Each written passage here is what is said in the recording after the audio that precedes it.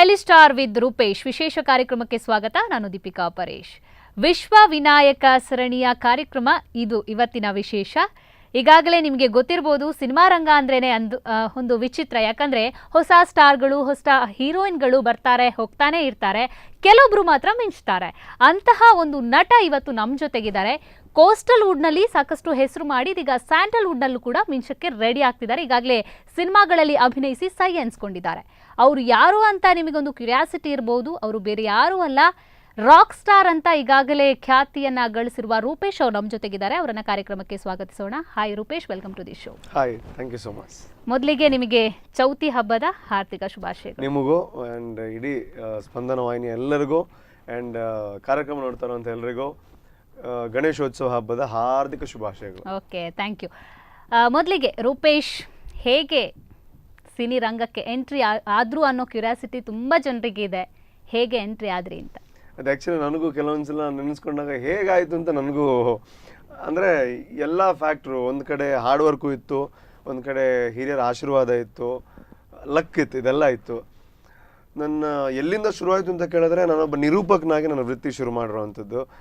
ನಮ್ಮ ಟಿ ವಿಯಲ್ಲಿ ಆ್ಯಂಕರ್ ಆಗಿದ್ದೆ, ಅದರ ಜೊತೆಗೆ ಬಿಗ್ ಎಫ್ ಎಮ್ ಅಲ್ಲಿ RJ ಆಗಿದ್ದೆ, ಅದರ ಜೊತೆಗೆ ಎಷ್ಟೋ ಸ್ಟೇಜ್ಗಳಲ್ಲಿ ಕಾರ್ಯಕ್ರಮಗಳನ್ನು ನೀಡ್ತಾ ಇದ್ದೆ. ಹಾಗೆ ಅದೊಂದು ಕಡೆ ನಡೀತಾ ಇತ್ತು. ಅದಾದ ನಂತರ ಇನ್ನೇನೋ ಮಾಡಬೇಕು ಅಂತ ಇತ್ತು. ನನಗೆ ಏನು ಮಾಡಬೇಕು ಅಂತ ಗೊತ್ತಿರಲಿಲ್ಲ. ಏನೋ ಒಂದು ಮಾಡಬೇಕು ಅಂತ ಆಲ್ಬಮ್ಸ್ ಮಾಡಿದೆ, ಟೆಲಿಫಿಲ್ಮ್ಸ್ ಮಾಡಿದೆ. ಅಲ್ಲಿಂದ ಒಳ್ಳೆ ಇನ್ನಷ್ಟು ಜಾಸ್ತಿ ಈ ಸಿನಿಮಾದತ್ತ ಒಲವು ಬಂತು. ಹಾಗಿರುವಾಗ ಒಂದು ಕಡೆ ಕನ್ನಡದ ಒಬ್ಬರು ಡೈರೆಕ್ಟ್ರು ದೇವರಾಜ್ ಅಂತ ಒಂದು ಶೋನಲ್ಲಿ ನನ್ನನ್ನು ನೋಡಿದರು. ನನ್ನ ಆ್ಯಂಕರಿಂಗ್ ಎಲ್ಲ ನೋಡಿ, ಹೀಗೆ ಸಿನಿಮಾ ಮಾಡ್ತಾ ಇದ್ದೀನಿ, ಆಡಿಷನ್ ಕೊಡ್ತೀರಾ ಅಂತ ಕೇಳಿದ್ರು. ಕೊಟ್ಟೆ. ಡೇಂಜರ್ ಝೋನ್ ಅಂತ ಸಿನಿಮಾ, ಅದರಲ್ಲಿ ಸೆಲೆಕ್ಟ್ ಆದೆ, ಹೀರೋ ಆದೆ. ತುಳುವಲ್ಲಿ ಐಸ್ ಕ್ರೀಮ್ ಅಂತ ಬಂತು. ಹಾಗೆ ಹೋಗ್ತಾ ಹೋಗ್ತಾ ಹೋಗ್ತಾ 3 ಲ್ಯಾಂಗ್ವೇಜಲ್ಲಿ ಮಾಡಿದೆ. ಅಶ್ವಸನ ಕಷೆ ಅಂತ ಕೊಂಕಣಿಯಲ್ಲೂ ಮಾಡಿದೆ. ಇವಾಗ 10ನೇ ಸಿನಿಮಾ ಆಗ್ತಾ ಇದೆ. ಸೊ ಹೋಗ್ತಾ ಇದೆ ಅಷ್ಟೇ. ಓಕೆ, ಒಂದು ನಟ ಅಂದ್ರೆ ಅಷ್ಟು ಈಸಿ ಅಲ್ಲ. 10 ಸಿನಿಮಾ ಮಾಡಿದ್ದೀರಾ. ಈಗಂದ್ರೆ ಈಗಿನ ಸಿನಿ ದುನಿಯಾ ಹೇಗಿದೆ ಅಂದ್ರೆ ದಿನಕ್ಕೊಬ್ರು ಎಂಟ್ರಿ ಆಗ್ತಾ ಇರ್ತಾರೆ. ಸೊ ರೂಪೇಶ್ ಹಾಗೆ ಉಳ್ಕೊಂಡಿದ್ದಾರೆ, ರಾಕ್ ಸ್ಟಾರ್ ಅಂತ ಹೆಸರು ಪಡ್ಕೊಂಡಿದ್ದಾರೆ. ಆ ಸ್ಟಾರ್ ಪಟ್ಟ ಸಿಗೋದು ಅಷ್ಟು ಈಸಿ ಅಲ್ಲ. ನಿಮ್ಗೆ ಯಾವ ತರ ಈಸಿ ಆಯ್ತು ಅನ್ನೋದು? ಖಂಡಿತ ನೀವು ಹೇಳೋವಾಗ ನಾನೇನೋ ದೊಡ್ಡ ಸ್ಟಾರ್ ಅಂತ ಫೀಲ್ ಆಗುತ್ತೆ. ಬಟ್ ಸ್ಟಾರ್ಗೆ ದೇವರಾಣೆ ಇನ್ನೂ ಆಗಿಲ್ಲ. ನಾವು ಏನು ಆವಾಗೇನು ಆ ಒಂದು ಪ್ಯಾಷನ್ ಇತ್ತು, ಆ ಒಂದು ಮಾಡಬೇಕು ಅನ್ನೋ ಒಂದು ಛಲ ಇತ್ತು, ಅದು ಈಗಲೂ ಹಾಗೇ ಇದೆ. ಯಾಕೆಂದರೆ ನನ್ನ ಒಂದು ಜರ್ನಿಯನ್ನು ನೋಡಿದ್ರೆ ನಾನೇನೋ ಒಂದು ಮಾಡಿದ್ದೀನಿ ಅಂತ ಅನಿಸುತ್ತೆ. ಯಾಕೆಂದರೆ ಒಂದೊಂದು ಸ್ಟೆಪ್ ಮುಂದೆ ಬರ್ತಾ ಇದ್ದೀನಿ. ಆದರೆ ಸಾಧನೆ ಅಂತ ಏನು ಖಂಡಿತ ಮಾಡಿಲ್ಲ. ಸಣ್ಣ ಸಣ್ಣ ಕೆಲಸಗಳು ಮಾಡ್ತಾ ಇದ್ದೀವಿ. ಇನ್ನಷ್ಟು ಒಳ್ಳೊಳ್ಳೆ ಕೆಲಸ ಮಾಡಬೇಕು, ಒಳ್ಳೊಳ್ಳೆ ಸಾಧನೆ ಮಾಡಬೇಕು ಅಂತ ನನಗೂ ಆಸೆ ಇದೆ. ಬಟ್ ನಮ್ಮ ಏನು ಪ್ರೇಕ್ಷಕರಿದ್ದಾರೆ, ಅವರ ಪ್ರೋತ್ಸಾಹ ತುಂಬ ದೊಡ್ಡ ಮಟ್ಟದಲ್ಲಿ ಸಿಕ್ಕಿದೆ. ಇನ್ನಷ್ಟು ಸಿಕ್ಕಿದ್ರೆ ಇನ್ನಷ್ಟು ಕೆಲಸ ಮಾಡುವಂಥ ಅವಕಾಶ ಖಂಡಿತ ಸಿಗುತ್ತೆ ಅನ್ನೋ ಅಂತ ನಂಬಿಕೆ ಇದೆ. ಓಕೆ, ಇನ್ನೊಂದು ವಿಷಯ, ಈಗಾಗಲೇ VJ RJ ಆಗಿದ್ದ ರೂಪೇಶ್ ಸಡನ್ ಆಗಿ ಒಂದು ಸ್ಟಾರ್ ಆಗಿ ಮಿಂಚ್ತಾರೆ. ನಿಮಗೆ ಗೊತ್ತಿರ್ಬೋದು, ಒಂದು ದಿನದ ರಾತ್ರಿಯಲ್ಲಿ ಯಾರ್ಯಾರು ಏನೇನು ಆಗೋಗ್ತಾರೆ, ಸ್ಟಾರ್ ಆಗಿ ಹೋಗ್ತಾರೆ ಒಂದು ದಿನದ ಮಟ್ಟಿಗೆ. ಸೊ ನೀವು ಈಗ ಅದು ಕಂಟಿನ್ಯೂ ಆಗ್ತಾ ಇದೆ. ಕನ್ನಡದಲ್ಲೂ ಕೂಡ ಮಿಂಚ್ತಾ ಇದ್ದೀರಾ. ಕೋಸ್ಟಲ್ ವುಡ್ ಮಾತ್ರ ಅಲ್ಲ, ಸ್ಯಾಂಡಲ್ವುಡ್ನಲ್ಲೂ ಕೂಡ ನಿಮ್ಮ ಹವಾ ತುಂಬ ಜೋರಾಗಿದೆ. ಸೊ ಯಾವ ಥರ ಸ್ಯಾಂಡಲ್ವುಡ್ನಲ್ಲಿ ಇವಾಗ ಸಿನಿಮಾಗಳು ಬರ್ತಾ ಇದೆ, ಯಾವ ಸಿನಿಮಾದ ಒಂದು ತಯಾರಿ ನಡೆಸ್ತಿದ್ದೀರಿ ಅನ್ನೋದು? ಹೌದು, ದೇವ್ರ ದಯೆಯಲ್ಲಿ ನನಗೂ ಗೊತ್ತಿಲ್ಲ ಅದು ಯಾವ ದಾರಿನಲ್ಲಿ ನಾನು ಹೋಗ್ತಾ ಇದ್ದೀನಿ ಅಂತ. ಬಟ್ ದೇವ್ರ ದಯೆಯಿಂದ ಒಳ್ಳೊಳ್ಳೆ ಅವಕಾಶಗಳು ಸಿಗ್ತಾ ಇದೆ. ನೀವು ಸ್ಟಾರ್ ಅಂತ, ನಾನು ಸ್ಟಾರ್ ಖಂಡಿತ, ನಾನು ನಟ ಆಗಿದ್ದೀನಿ ಅಷ್ಟೇ.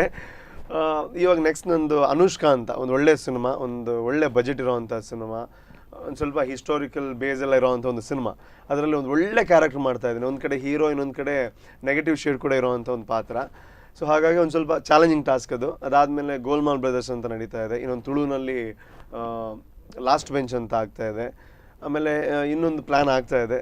ಅದು ಇನ್ನೂ ಏನು ಕರೆಕ್ಟ್ ಹೀಗೆ ಅಂತ ಆಗಿಲ್ಲ, ಹೋಗ್ತಾ ಇದೆ ದೇವ್ರ ದಯೆಯಲ್ಲಿ. ಓಕೆ, ರೂಪೇಶ್ ಅವರು ದಿಬ್ಬನ ಸಿನಿಮಾದ ಒಂದು ಸಪೋರ್ಟಿಂಗ್ ರೋಲ್ ಮೂಲಕ ಕಾಮಿಡಿ ರೋಲ್ ಕೋಸ್ಟಲ್ ವುಡ್ಗೆ ಎಂಟ್ರಿ ಕೊಡ್ತಾರೆ. ಸೊ ಆ ಒಂದು ಎಕ್ಸ್ಪೀರಿಯನ್ಸ್ ಹೇಗಿತ್ತು, ಅದನ್ನ ಇವಾಗ ಕಂಪೇರ್ ಮಾಡಿದ್ರೆ ಯಾವ ರೀತಿ ಬದಲಾಗಿದೆ ಅಂತ?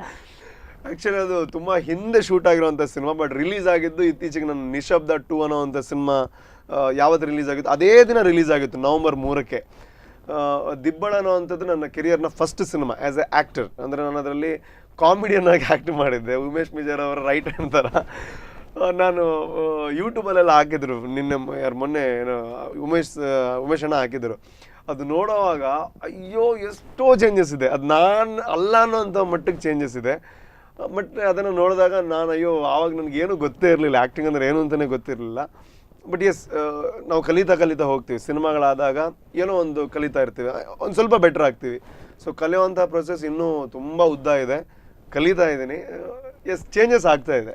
ರೂಪೇಶ್ ಅವರು ತುಂಬಾ ಚೆನ್ನಾಗಿ ಹಾಡ್ತಾರಂತೆ, ಒಂದು 2 ಲೈನ್ ವೀಕ್ಷಕರಿಗಾಗಿ. ಅಲ್ಲ, ಚೆನ್ನಾಗಿ ಹಾಡ್ತೀನಿ ಅಂತ ಒಂದು ನಾನು 2 ಲೈನ್ ಖಂಡಿತ. ಬಟ್ ಏನಾದರೂ ಚೆನ್ನಾಗಿ ಬರದೇ ಇದ್ರೆ ನನ್ನ ವಾಯ್ಸ್ ಪ್ರಾಬ್ಲಮ್ ಅಂತ ಅಂದ್ಕೊಳ್ಳಿ, ಶೀತ ಆಗಿದೆ ಅಂತ. ನಂದೇ ಆಲ್ಬಮ್ನ ಸಾಂಗ್ ಒಂದು 2 ಲೈನ್ ಹಾಡ್ತೀನಿ.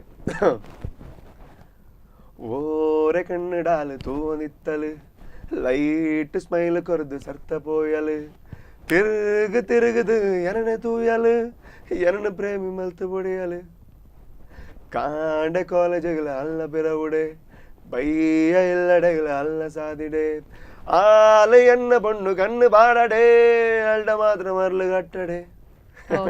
ಖಂಡಿತ ವೀಕ್ಷಕರು ಇದನ್ನ ರಿಜೆಕ್ಟ್ ಮಾಡಲ್ಲ, ಆಲ್ಬಮ್ ಸಾಂಗ್ ಆದ್ರೂ ಕೂಡ ಅದನ್ನ ಈಗಾಗಲೇ ಜನ ಒಪ್ಕೊಂಡಿದ್ದಾರೆ. ಖಂಡಿತ ತುಂಬಾ ಚೆನ್ನಾಗಿ ಹಾಡ್ತೀರಾ ಕೂಡ. ಓಕೆ, ಇನ್ನೊಂದು ವಿಷಯ ಏನಂದ್ರೆ ರೂಪೇಶ್ ಅವರು ಚೆನ್ನಾಗಿ ಹಾಡ್ತಾರೆ, ವಿಜೆ RJ ಎಲ್ಲ ಡೈರೆಕ್ಟರ್ ಕೂಡ. ಹೇಗೆ ಇದೆಲ್ಲ ಸಾಧ್ಯ ಅಂತ ಒಬ್ರಿಗೆ ಒಂದ್ ಕೆಲಸ ಮಾಡಕ್ಕೆ ಕಷ್ಟ, ಅದ್ರಲ್ಲಿ ಎಲ್ಲಾನು ಯಾವ ತರ ನಿಭಾಯಿಸ್ತೀರಿ ಅನ್ನೋದು. ಅಂದ್ರೆ ವಿಷಯ ಏನು ಅಂದ್ರೆ ಬೇರೆಯವ್ರು ಅನ್ಕೋಬಹುದು ಇವನ್ನೆಲ್ಲ ಮಾಡ್ತಾನೆ ಅಂತ, ಆದ್ರೆ ನನ್ನ ಪರ್ಸ್ಪೆಕ್ಟಿವ್ ಏನು ಅಂದ್ರೆ ನಾವು ಯಾವ್ದ್ರಲ್ಲೂ ಪರ್ಫೆಕ್ಟ್ ಅಲ್ಲ ಅಂತ ನಮಗೆ ಗೊತ್ತು. ಯಾವುದೋ ಒಂದ್ ಕಡೆಯಲ್ಲಿ ಮಾಡ್ಕೊಂಡು ಹೋಗೋಣ ಅಂತ. ಒಂದ್ ಕಡೆ MC ಮಾಡ್ತೀನಿ, ಹೋಸ್ಟಿಂಗು ಮಾಡ್ತೀನಿ, VJ RJ ಅದೆಲ್ಲ ಅಂದ್ರೆ ಇದೇ ಅಂತ ಅಲ್ಲ, ಏನೋ ಒಂದು ಈ ಕಲೆಯಲ್ಲಿ ಏನೋ ಒಂದು ಮಾಡಬೇಕು ಅಂತ. ಬಟ್ ಎಲ್ಲ ಒಂದೇ ಮರದ ಅಡಿಯಲ್ಲಿರೋದ್ರಿಂದ, ಎಲ್ಲ ಒಂದೇ ಫೀಲ್ಡ್ ಆಗಿರೋದ್ರಿಂದ ಬಹುಶಃ ಎಲ್ಲ ಕನೆಕ್ಟೆಡ್ ಇದೆ.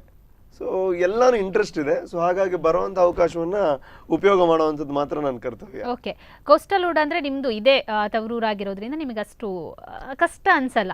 ಒಮ್ಮೆ ಸ್ಯಾಂಡಲ್ವುಡ್ಗೆ ಎಂಟ್ರಿ ಆಯ್ತು ಅಂದ್ರೆ ಸಾಕಷ್ಟು ಸವಾಲ್ಗಳಿರ್ತಾರೆ, ಎಷ್ಟೆಷ್ಟೋ ದೊಡ್ಡ ದೊಡ್ಡ ಸ್ಟಾರ್ಗಳಿರ್ತಾರೆ.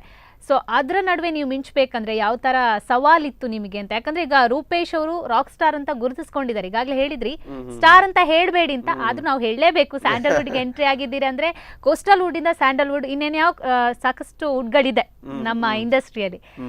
ಸೊ ಯಾವ ರೀತಿ ಸವಾಲಾಗುತ್ತೆ ನಿಮಗೆ ಅಂತ? ಅಂದ್ರೆ ಸವಾಲು ಅಂತ ಅಲ್ಲ, ನಾವು ಅದಕ್ಕೆ ತುಳು ಆಗ್ಲಿ ಕನ್ನಡ ಆಗ್ಲಿ ನಾವು ಮಾಡೋವಂಥದ್ದು ಆ್ಯಕ್ಟಿಂಗು. ಸೊ ನಮ್ಮ ಏನು ಸ್ಕ್ರಿಪ್ಟ್ ಇರುತ್ತೆ, ನಮ್ಮ ಏನು ಜವಾಬ್ದಾರಿ ಇರುತ್ತೆ, ಕೆಲಸ ಇರುತ್ತೆ, ಅದು ತುಳು ಆದರೂ ಕನ್ನಡ ಆದರೂ ನಾವು ಅಷ್ಟೇ. ಅದು ಬೇರೆ ಎಲ್ಲ ಸವಾಲುಗಳು ಅದೆಲ್ಲ ನಾವು ತಲೆ ಕೆಡಿಸ್ಕೋಬೇಕಾಗಿಲ್ಲ. ನಮ್ಮ ದಿ ಬೆಸ್ಟ್ ಏನಿದೆ ಅದನ್ನು ನಾವು ಕೊಡಬೇಕು.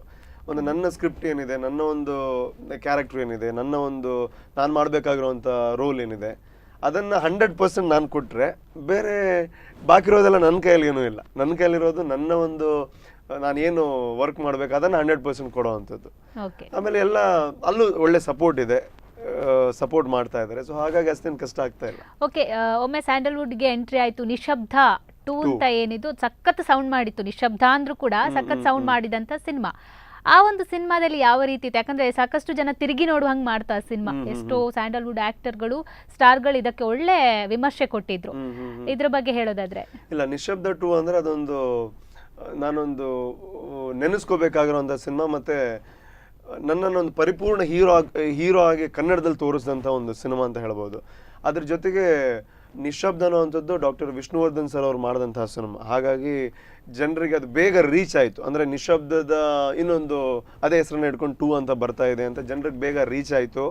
ಆಮೇಲೆ ಸಬ್ಜೆಕ್ಟ್ ಚೆನ್ನಾಗಿತ್ತು, ಜನರಿಗೆ ಇಷ್ಟ ಆಯಿತು, ಚೆನ್ನಾಗಿ ಓಡ್ತು. ಮಂಗಳೂರಲ್ಲೂ 25 ದಿವಸ ಓಡಿತ್ತು. ಸೊ ಹಾಗಾಗಿ ಅದೊಂದು ಒಳ್ಳೆ ನನ್ನ ಒಂದು ಜರ್ನಿ ಏನಿದೆ ಅದಕ್ಕೊಂದು ಒಳ್ಳೆ ಏನಂತಾರೆ, ಒಂದು ಒಳ್ಳೆ ಪುಷ್ ಕೊಡ್ತು ಅಂತ ಹೇಳ್ಬೋದು ನನಗೆ. ಓಕೆ, ಕೋಸ್ಟಲ್ ವುಡ್ ಆಯ್ತು, ಸ್ಯಾಂಡಲ್ವುಡ್ ಆಯ್ತು, ಇನ್ನು ಟಾಲಿವುಡ್, ಮಾಲಿವುಡ್ ತುಂಬಾ ವುಡ್ಗಳಿದೆ. ಯಾವುದಕ್ಕೆ ಹಾರಬೇಕು ಅಂತ ಪ್ಲಾನ್ ಮಾಡ್ಕೊಂಡಿದ್ದೀರಿ? ನನಗೆ ಹಾಗೇನೂ ಇಲ್ಲ. ನನಗೆ ಎಲ್ಲೇ ಆದರೂ, ನನಗೆ ತುಳು ಆಗಲಿ ಕನ್ನಡ ಆಗಲಿ ಯಾವುದೇ ವುಡ್ ಆದರೂ ವುಡ್ಡಲ್ಲಿ ಮಾಡಬೇಕಾಗಿರೋದು ನಟನೇನೆ. ಸೊ ಹಾಗಾಗಿ ನನಗೆ ಒಳ್ಳೆ ಸಿನಿಮಾಗಳು ಮಾಡಬೇಕು ಅಂತ ಇದೆ. ಅದು ಯಾವ ಲ್ಯಾಂಗ್ವೇಜ್ ಅಂತ ಇಲ್ಲ, ಯಾವ ಲ್ಯಾಂಗ್ವೇಜಲ್ಲಿ ಮಾಡೋದಕ್ಕೂ ಇಷ್ಟ. ಬಟ್ ನನಗೆ ಮಲಯಾಳಂ, ತಮಿಳೆಲ್ಲ ಮಾಡಬೇಕು ಅಂತ ತುಂಬ ಆಸೆ ಇದೆ. ಯಾಕೆಂದರೆ ನಾನು ತುಂಬ ಸಿನಿಮಾ ನೋಡ್ತೀನಿ, ಮಲಯಾಳಂ ಮತ್ತು ತಮಿಳೆಲ್ಲ. ಬಟ್ ಅದೆಲ್ಲ ನಾವು ಅಂದ್ಕೊಂಡಂಗೆ ಆಗಲ್ಲ. ಬಂದ್ರೆ ಖಂಡಿತ ಡೆಫಿನೆಟ್ಲಿ ಮಾಡ್ತೀನಿ. ಓಕೆ, ಇನ್ನೊಂದು ವಿಷಯ, ಈಗಾಗಲೇ ಆಲ್ಬಮ್ ಸಾಂಗ್ಗಳು ಮಾಡಿದ್ದೀರಿ, ಜೊತೆಗೆ RJ ಆಗಿದ್ದೀರಿ, VJ ಆಗಿದ್ದೀರಿ. ಒಂದು ನಿರೂಪಕನಾಗಿ ಅಥವಾ RJ ಆಗಿ ನಿಮಗೆ ಯಾವ ರೀತಿ ಒಂದು ಆಕ್ಟಿಂಗ್ ಅಂದ್ರೆ ಬೇರೆ, ಅದು ಒಂದು ಕಲೆನೇ ಬೇರೆ, ಅಷ್ಟು ಸುಲಭ ಆಗಿತ್ತ ನಿಮಗೆ ಮಾಡೋದು? ಆದರೆ ವಿಷಯ ಏನು ಅಂದರೆ, ಆ್ಯಕ್ಟಿಂಗ್ ಅಂದರೆ ಅದು ಯಾವತ್ತೂ ಕೂಡ ನಾವು ಎಷ್ಟೇ ಕಲ್ತರೂ ಕೂಡ ಅದು ಕಲ್ತು ಬರೋ ಅಂಥದ್ದಲ್ಲ. ಅದು ಎಲ್ಲೋ ನಮ್ಮ ಒಳಗಡೆ ಏನೋ ಒಂದು ಇರಬೇಕು, ದೇವ್ರು ಕೊಟ್ಟಿರೋ ಅಂಥ ಒಂದು ಆಶೀರ್ವಾದನೋ ಏನೋ, ಹಿರಿಯರ ಆಶೀರ್ವಾದ. ನನ್ನ ತಂದೆ ಒಬ್ಬ ಯಕ್ಷಗಾನ ಕಲಾವಿದ, ಬಪ್ಪನಾಡು ಮೇಳದಲ್ಲಿ ತುಂಬ ವರ್ಷ ಇದ್ದರು, ಅದನ್ನು ನಡೆಸ್ಕೊಳ್ತಾ ಇದ್ರು, ಮಧುರ ಮೇಳ ಅಂತ ಅದನ್ನು ನಡೆಸ್ಕೊಳ್ತಾ ಇದ್ರು ಅವರು. ಹಾಗಾಗಿ ಅದೊಂದು ರಕ್ತಗತವಾಗಿ ಒಂದು ಸ್ವಲ್ಪ ಬಂದಿರ್ಬೋದು, ಜಾಸ್ತಿ ಏನೂ ಇಲ್ಲ. ಆಮೇಲೆ ನಾನು ಶಾಲಾ ದಿನಗಳಲ್ಲಿ ಯಕ್ಷಗಾನ ಮಾಡ್ತಾ ಇದ್ದೆ, ನಾಟಕ ಮಾಡ್ತಾ ಇದ್ದೆ. ನಾಟಕ ಇರಬೇಕಾದ್ರೆ ನಮ್ಮ ಶಾಲೆಯಲ್ಲಿ ನಾನೇ ಹೀರೋ ಆಗ್ತಾ ಇದ್ದೆ ಪ್ರತಿ ನಾಟಕದಲ್ಲೂ. ಆಮೇಲೆ ನಾನಲ್ಲಿ ಡಿಸ್ಟ್ರಿಕ್ಟ್ ಅವಾರ್ಡ್ ಎಲ್ಲ ತಗೊಂಡಿದ್ದೆ ನಾನು ಮೋನೋ ಆ್ಯಕ್ಟಿಗೆಲ್ಲ. ಸೊ ಹಾಗಾಗಿ ಚಿಕ್ಕಂದಿನಲ್ಲಿ ನನ್ನ ಶಾಲೆಯಲ್ಲಿ ಗೋಪಾಲ್ ಮಾಸ್ಟ್ರು ಅಂತ ಇದ್ದರು, ಅವ್ರು ತುಂಬಾ ಸಪೋರ್ಟ್ ಮಾಡಿದರು. ಹಾಗೆಲ್ಲ ಸಪೋರ್ಟ್ ಸಿಕ್ಕಿ ಆ್ಯಕ್ಟಿಂಗ್ ಹಿಂದಿನಿಂದಲೇ ನನಗೆ ಇಂಟ್ರೆಸ್ಟ್ ಇತ್ತು ಆ್ಯಕ್ಚುಲಿ. ಓಕೆ, ಅದೆಲ್ಲ ಓಕೆ. ಯಾವುದೇ ಒಂದು ಸಿನಿಮಾ ರಂಗ ಆಗಿರ್ಬೋದು, ಯಾವುದೇ ರಂಗಗಳಿಗೆ ಎಂಟ್ರಿ ಆಗಬೇಕಾದ್ರೆ ಗಾಡ್ ಫಾದರ್ ಅಂತ ಇರಲೇಬೇಕಾಗತ್ತೆ ಅಂತ ಹೇಳ್ತಾರೆ. ಆದರೆ ರೂಪೇಶಿಗೆ ಅದು ಸುಳ್ಳು ಅಂತ ಮಾಡಿದ್ದಾರೆ, ಸುಳ್ಳು ಅಂತ ಮಾಡಿಕೊಟ್ಟಿದ್ದಾರೆ ಈಗಾಗಲೇ. ಅಲ್ಲ, ನಾನು ಗಾಡ್ ಫಾದರ್ ಇಲ್ಲದೆ ಕೂಡ ಎಂಟ್ರಿ ಆಗ್ತೀನಿ ಅಂತ. ಸೊ ಯಾವ ಥರ ಒಂದು ಎಂಟ್ರಿ ಇತ್ತು ನಿಮ್ಮದು ಅಂತ? ಅದೇ ನೋಡಿ, ಎಲ್ರಿಗೂ ಗಾಡ್ ಫಾದರ್ ಇಟ್ಕೊಂಡೆ ಹೋಗೋದಕ್ಕಾಗಲ್ಲ. ಯಾಕಂದರೆ ಅದು ಗಾಡ್ ಫಾದರ್ ಇದ್ರೆ ಅವ್ರು ತಪ್ಪಲ್ಲ, ಅದೊಂದು ಅಡ್ವಾಂಟೇಜ್ ಅಷ್ಟೇ. ಆದರೆ ಎಂಟ್ರಿ ಕೊಡ್ಬೋದು ಅಷ್ಟೇ. ಅಲ್ಲಿ ಸ್ಟೇ ಆಗಬೇಕು ಅಂತಂದರೆ ಅಲ್ಲಿ ನಿಮಗೆ ಟ್ಯಾಲೆಂಟ್ ಇರಲೇಬೇಕು. ಆದರೆ ನಂದು ಹೇಗೆ ಅಂದರೆ, ನಾನು ಆಲ್ಬಮ್ಮು ಇದು ಟೆಲಿಫಿಲ್ಮ್ ಎಲ್ಲ ಮಾಡಿದ್ದು ಯಾಕೆ ಅಂದರೆ ನನಗೆ ಹೀರೋ ಆಗಬೇಕು ಅಂತ ಇತ್ತು, ಬಟ್ ಯಾರು ಹೀರೋ ಮಾಡಿಲ್ಲ. ಸೊ ಅದಕ್ಕೆ ನಾನೇ ಒಂದು ಟೆಲಿಫಿಲ್ಮ್ ಮಾಡೋಣ, ನಾನೇ ಹೀರೋ ಆಗ್ತೀನಿ ಅಂತ ಆ ಥರ ಸ್ಟಾರ್ಟ್ ಮಾಡಿದ್ದು. ಆಲ್ಬಮ್ಗಳು ಆ ಥರನೇ ಸ್ಟಾರ್ಟ್ ಮಾಡಿ. ಗಾಡ್ ಫಾದರ್ ಆಯಿತು ಅನ್ಕೋತೀನಿ. ನನ್ನ ಹಾರ್ಡ್ ವರ್ಕ್ ಅದ್ರ ಜೊತೆ ತುಂಬ ಜನ ಸಪೋರ್ಟ್ ಮಾಡಿದ್ರು ನನಗೆ. ಅವರೇ ನನ್ನ ಗಾಡ್ ಫಾದರ್ಸ್, ಬೇರೆ ಯಾರು ಬೇಕು ಗಾಡ್ ಫಾದರ್ಸ್? ಓಕೆ, ರೂಪೇಶ್ ಬಗ್ಗೆ ಸಿನಿ ಇಂಡಸ್ಟ್ರಿ ಓಕೆ, ಏನು ಪರ್ಸನಲ್ ಲೈಫಿಗೆ ಬಂದರೆ ಹೇಗೆ ರೂಪೇಶ್ ಅಂತ? ಸ್ಕ್ರೀನ್ ಮೇಲೆ ಇರುತ್ತಾ, ಆಫ್ ದ ಸ್ಕ್ರೀನ್ ಹೇಗಿರ್ತಾರೆ ಗೊತ್ತಿಲ್ಲ. ಹೀಗೇನೆ ರೂಪೇಶ್, ಹೀಗೇನೆ ಅಂದರೆ ಎನಿ ಟೈಮ್ ಎಷ್ಟೇ ಟೆನ್ಷನ್ಗಳು ಎಲ್ರಿಗೂ ಇರುತ್ತೆ, ಬಟ್ ಜಾಲಿಯಾಗಿ ಇರಬೇಕು ಅಂತ ಟ್ರೈ ಮಾಡ್ತೀನಿ. ನಾನು ಇರೋದೇ ಜಾಲಿ ಮೂಡಲ್ಲಿ ಯಾವತ್ತು. ತುಂಬ ಒಂದು ಸ್ವಲ್ಪ ಸೆನ್ಸಿಟಿವ್, ಸಣ್ಣ ವಿಚಾರಕ್ಕೆ ಜಾಸ್ತಿ ತಲೆ ಕೆಡಿಸ್ಕೋತೀನಿ. ಆ್ಯಂಡ್ ಫ್ರೆಂಡ್ಸ್ಗಳಿಗೆ ಜಾಸ್ತಿ ಟೈಮ್ ಕೊಡ್ತೀನಿ, ಫ್ಯಾಮಿಲಿಗೆ ತುಂಬ ರೆಸ್ಪೆಕ್ಟ್ ಕೊಡ್ತೀನಿ, ಈ ಥರ. ಓಕೆ, ಈಗಾಗಲೇ ಹೇಳಿದ್ರಿ ನನ್ನ ತಂದೆ ಯಕ್ಷಗಾನ ಕಲಾವಿದರು, ರಂಗದಲ್ಲಿ ಇದ್ರು ಅಂತ. ಸೊ ನಿಮಗೆ ಫ್ಯಾಮಿಲಿಯಿಂದ ಯಾವ ಥರ ಸಪೋರ್ಟ್ ಸಿಗುತ್ತೆ ಈ ಒಂದು ಇಂಡಸ್ಟ್ರಿಗೆ ಅಂತ? ಫ್ಯಾಮಿಲಿಯಿಂದ ದೊಡ್ಡ ಸಪೋರ್ಟ್ ಏನು ಅಂದರೆ, ಎಲ್ಲೂ ಏನು ಮಾಡಬೇಡ ಅಂತ ಹೇಳಲ್ಲ, ಅದೇ ದೊಡ್ಡ ಸಪೋರ್ಟ್ ಆ್ಯಕ್ಚುಲಿ. ಈ ಸಿನಿಮಾ ಫೀಲ್ಡ್ಗೆ ಬರೋವಾಗ ಫ್ಯಾಮಿಲಿಯಿಂದ ಪ್ರೆಷರ್ ತುಂಬ ಇರುತ್ತೆ ಕೆಲವೊಂದ್ಸಲ. ಅಂದರೆ ಇಲ್ಲಿ ನಮಗೆ ಒಂದು ಏನಂತಾರೆ, ಶ್ಯೂರಿಟಿ ಇಲ್ಲ ಹೀಗೆ ಆಗುತ್ತೆ ಅಂತ, ಏನು ಬೇಕಾದರೂ ಆಗ್ಬೋದು. ಹಾಗಾದರೆ ರಿಸ್ಕ್ ಜಾಸ್ತಿ ಇದೆ. ಸೊ ನೀನು ಹೋಗು ಅಂತ ಹೇಳೋದೇ ದೊಡ್ಡ ಸಪೋರ್ಟ್ ಅಲ್ವಾ. ಸೊ ಹಾಗಾಗಿ ನನ್ನ ತಂದೆ ಇರೋದು ಕಾಸರಗೋಡಲ್ಲಿ, ಪಾಪ ಅವ್ರಿಗೆ ಇದ್ರ ಬಗ್ಗೆ ಜಾಸ್ತಿ ನಾಲೆಜ್ ಇಲ್ಲ. ಸೊ ಅವ್ರು ಕೇಳ್ತಾ ಇರ್ತಾರೆ ಏನಾಗ್ತಾ ಇದೆ ಹೇಗೆ, ಅದೇ ಅವ್ರು ಮಾಡೋಂಥ ದೊಡ್ಡ ಸಪೋರ್ಟು. ಓಕೆ, ಫ್ಯಾಮಿಲಿ ಬಗ್ಗೆ ಎಲ್ಲ ಕೇಳಿ ಆಯಿತು. ಇಷ್ಟೆಲ್ಲ ಕೇಳಿದ್ಮೇಲೆ ಸ್ವಲ್ಪ ಬೋರ್ ಹೊಡಿತು, ಒಂದು ಡೈಲಾಗ್ ಕೇಳಿದ್ರೆ ಚೆನ್ನಾಗಿರುತ್ತೆ ಅನ್ಸುತ್ತೆ. ಅಯ್ಯೋ, ಯಾವುದಾದ್ರೂ ಸಿನಿಮಾದು, ನಿಮ್ಮದೇ ಸಿನಿಮಾದ ಒಂದು ಡೈಲಾಗ್? ಶಬ್ದದಲ್ಲಿ ಒಂದು ಡೈಲಾಗ್ ಇತ್ತು, ಹುಟ್ಸೋಕೊಬ್ಬ ಅಪ್ಪ ಇರ್ತಾನೆ, ಕಾಯೋಕೊಬ್ಬ ಅಣ್ಣ ಇರ್ತಾನೆ, ಪ್ರೀತಿಸೋದಕ್ಕೊಬ್ಬ ಗಂಡನೂ ಇರ್ತಾನೆ. ಹೆಣ್ಣು ಮಕ್ಕಳಿಗೆ ಈ ಥರ ಅನ್ಯಾಯ ಆದರೆ ನನ್ನಂಥವ್ರು ಬಂದೇ ಬರ್ತಾರೆ. ಓಕೆ, ಖಡಕ್ ಲುಕ್ಕಲ್ಲಿ ಕೂಡ ಹೇಳಿದ್ರು. ನಿಮಗೇನಾದರೂ ವಿಲನ್ ಪಾರ್ಟ್ ಮಾಡಬೇಕು ಅಂತ ಅನ್ಸಿದ್ಯಾ? ಡೆಫಿನೆಟ್ಲಿ. ನನಗೆ ಅಂದರೆ ಹೀರೋನೇ ಆಗಬೇಕು ಅಂತೇನೂ ಇಲ್ಲ, ಒಳ್ಳೆ ಚಾಲೆಂಜಿಂಗ್ ಕ್ಯಾರೆಕ್ಟರ್ ಆದರೆ ಅದು ಯಾವುದಾದ್ರೂ ಓಕೆ, ವಿಲನ್ ಆದರೂ ಓಕೆ. ಆ್ಯಕ್ಚುಲಿ ಹೀರೋಗಿಂತ ಜಾಸ್ತಿ ಕೆಲವೊಂದ್ಸಲ ವಿಲನ್ಗಳಿಗೆ ಸ್ಕೋಪ್ ಇರುತ್ತೆ. ಸೊ ಎಸ್, ಸ್ಕೋಪ್ ಎಲ್ಲಿದೆ ಅಲ್ಲಿ ರೂಪೇಶ್ ಅವರು ಹೋಗ್ತಾರೆ ಅನ್ನೋದು ಹೋಗ್ಮೇಲೆ ಏನಾದ್ರು ಇರಲೇಬೇಕು, ಸುಮ್ಮನೆ ಹೋಗಿ ಏನು ಪ್ರಯೋಜನ. ಓಕೆ, ಖಂಡಿತ ಮುಂದಿನ ದಿನಗಳಲ್ಲಿ ನಿಮಗೆ ಸಿಗ್ಲಿ ಅನ್ನೋದು ಕೂಡ ನಮ್ದೊಂದು ಆಶಯ. ಹೀರೋ ಆಗಿ ಸಿಗ್ತಾ ಇರ್ಲಿ. ಓಕೆ, ಮಾಡಿ, ಎರಡನ್ನ ಬ್ಯಾಲೆನ್ಸ್ ಮಾಡ್ಕೊಂಡು ಹೋಗಿ. ಆದ್ರೆ ಜನ ಒಪ್ಕೊಳ್ಳೋದು ಒಮ್ಮೆ ಹೀರೋ ಅಂತ ಒಪ್ಕೊಂಡ್ಮೇಲೆ ಇನ್ನೊಮ್ಮೆ ವಿಲನ್ ಅಂತ ಒಪ್ಕೊಳ್ಳಲ್ಲ, ಕಷ್ಟ ಆಗುವಂಥದ್ದು. ಓಕೆ, ಈಗ ಹೊಸ ಸಿನಿಮಾ ಮಾಡ್ತಿದ್ದೀರಾ, ಅನುಷ್ಕಾ ಆಗಿರ್ಬೋದು, ಲಾಸ್ಟ್ ಬೆಂಚ್ ಆಗಿರ್ಬೋದು, ಗೋಲ್ಮಾಲ್ ಬ್ರದರ್ಸ್ ಅಂತ ಮಾಡ್ತಾ ಇದ್ದೀರಾ. ಅದು ಯಾವ ತರ ಶೂಟಿಂಗ್ ನಡೀತಾ ಇದೆ ಅನ್ನೋದು? ಆ್ಯಕ್ಚುಲಿ ಅನುಷ್ಕಾ ಆಲ್ಮೋಸ್ಟ್ ಫಿನಿಶ್ ಆಗಿದೆ. ಇನ್ನೊಂದು 2 ಸೀನ್ ಅಷ್ಟೇ ಬಾಕಿ ಇರೋದು, ಒಂದಿನದ ಕೆಲಸ ಅಷ್ಟೇ. ಇವಾಗ ರೀಸೆಂಟಾಗಿ ಅನುಷ್ಕಾ ಒಂದು ಒಳ್ಳೆ ಎಕ್ಸ್ಪೀರಿಯನ್ಸ್ ನನಗೆ. ಯಾಕೆಂದರೆ ನಾನು ಹೇಳಿದೆ ಅದರಲ್ಲಿ ಒಂದು ಸ್ವಲ್ಪ ಚಾಲೆಂಜಿಂಗ್ ಟಾಸ್ಕ್ ಇದೆ, ಆಮೇಲೆ 2 ಶೇಡ್ ಇದೆ ನನಗೆ. ಆಮೇಲೆ ಇನ್ನೊಂದು ಅಂದರೆ ಮೊನ್ನೆ ಬ್ಯಾಂಕಾಕಲ್ಲಿ ಶೂಟ್ ಆಯಿತು ಸಾಂಗ್ ಎಲ್ಲ. ಫಸ್ಟ್ ಟೈಮ್ ನನ್ನ ಒಂದು ಸಿನಿಮಾಗೋಸ್ಕರ ಫಾರಿನ್ಗೆ ಹೋಗೋದು ನಾನು.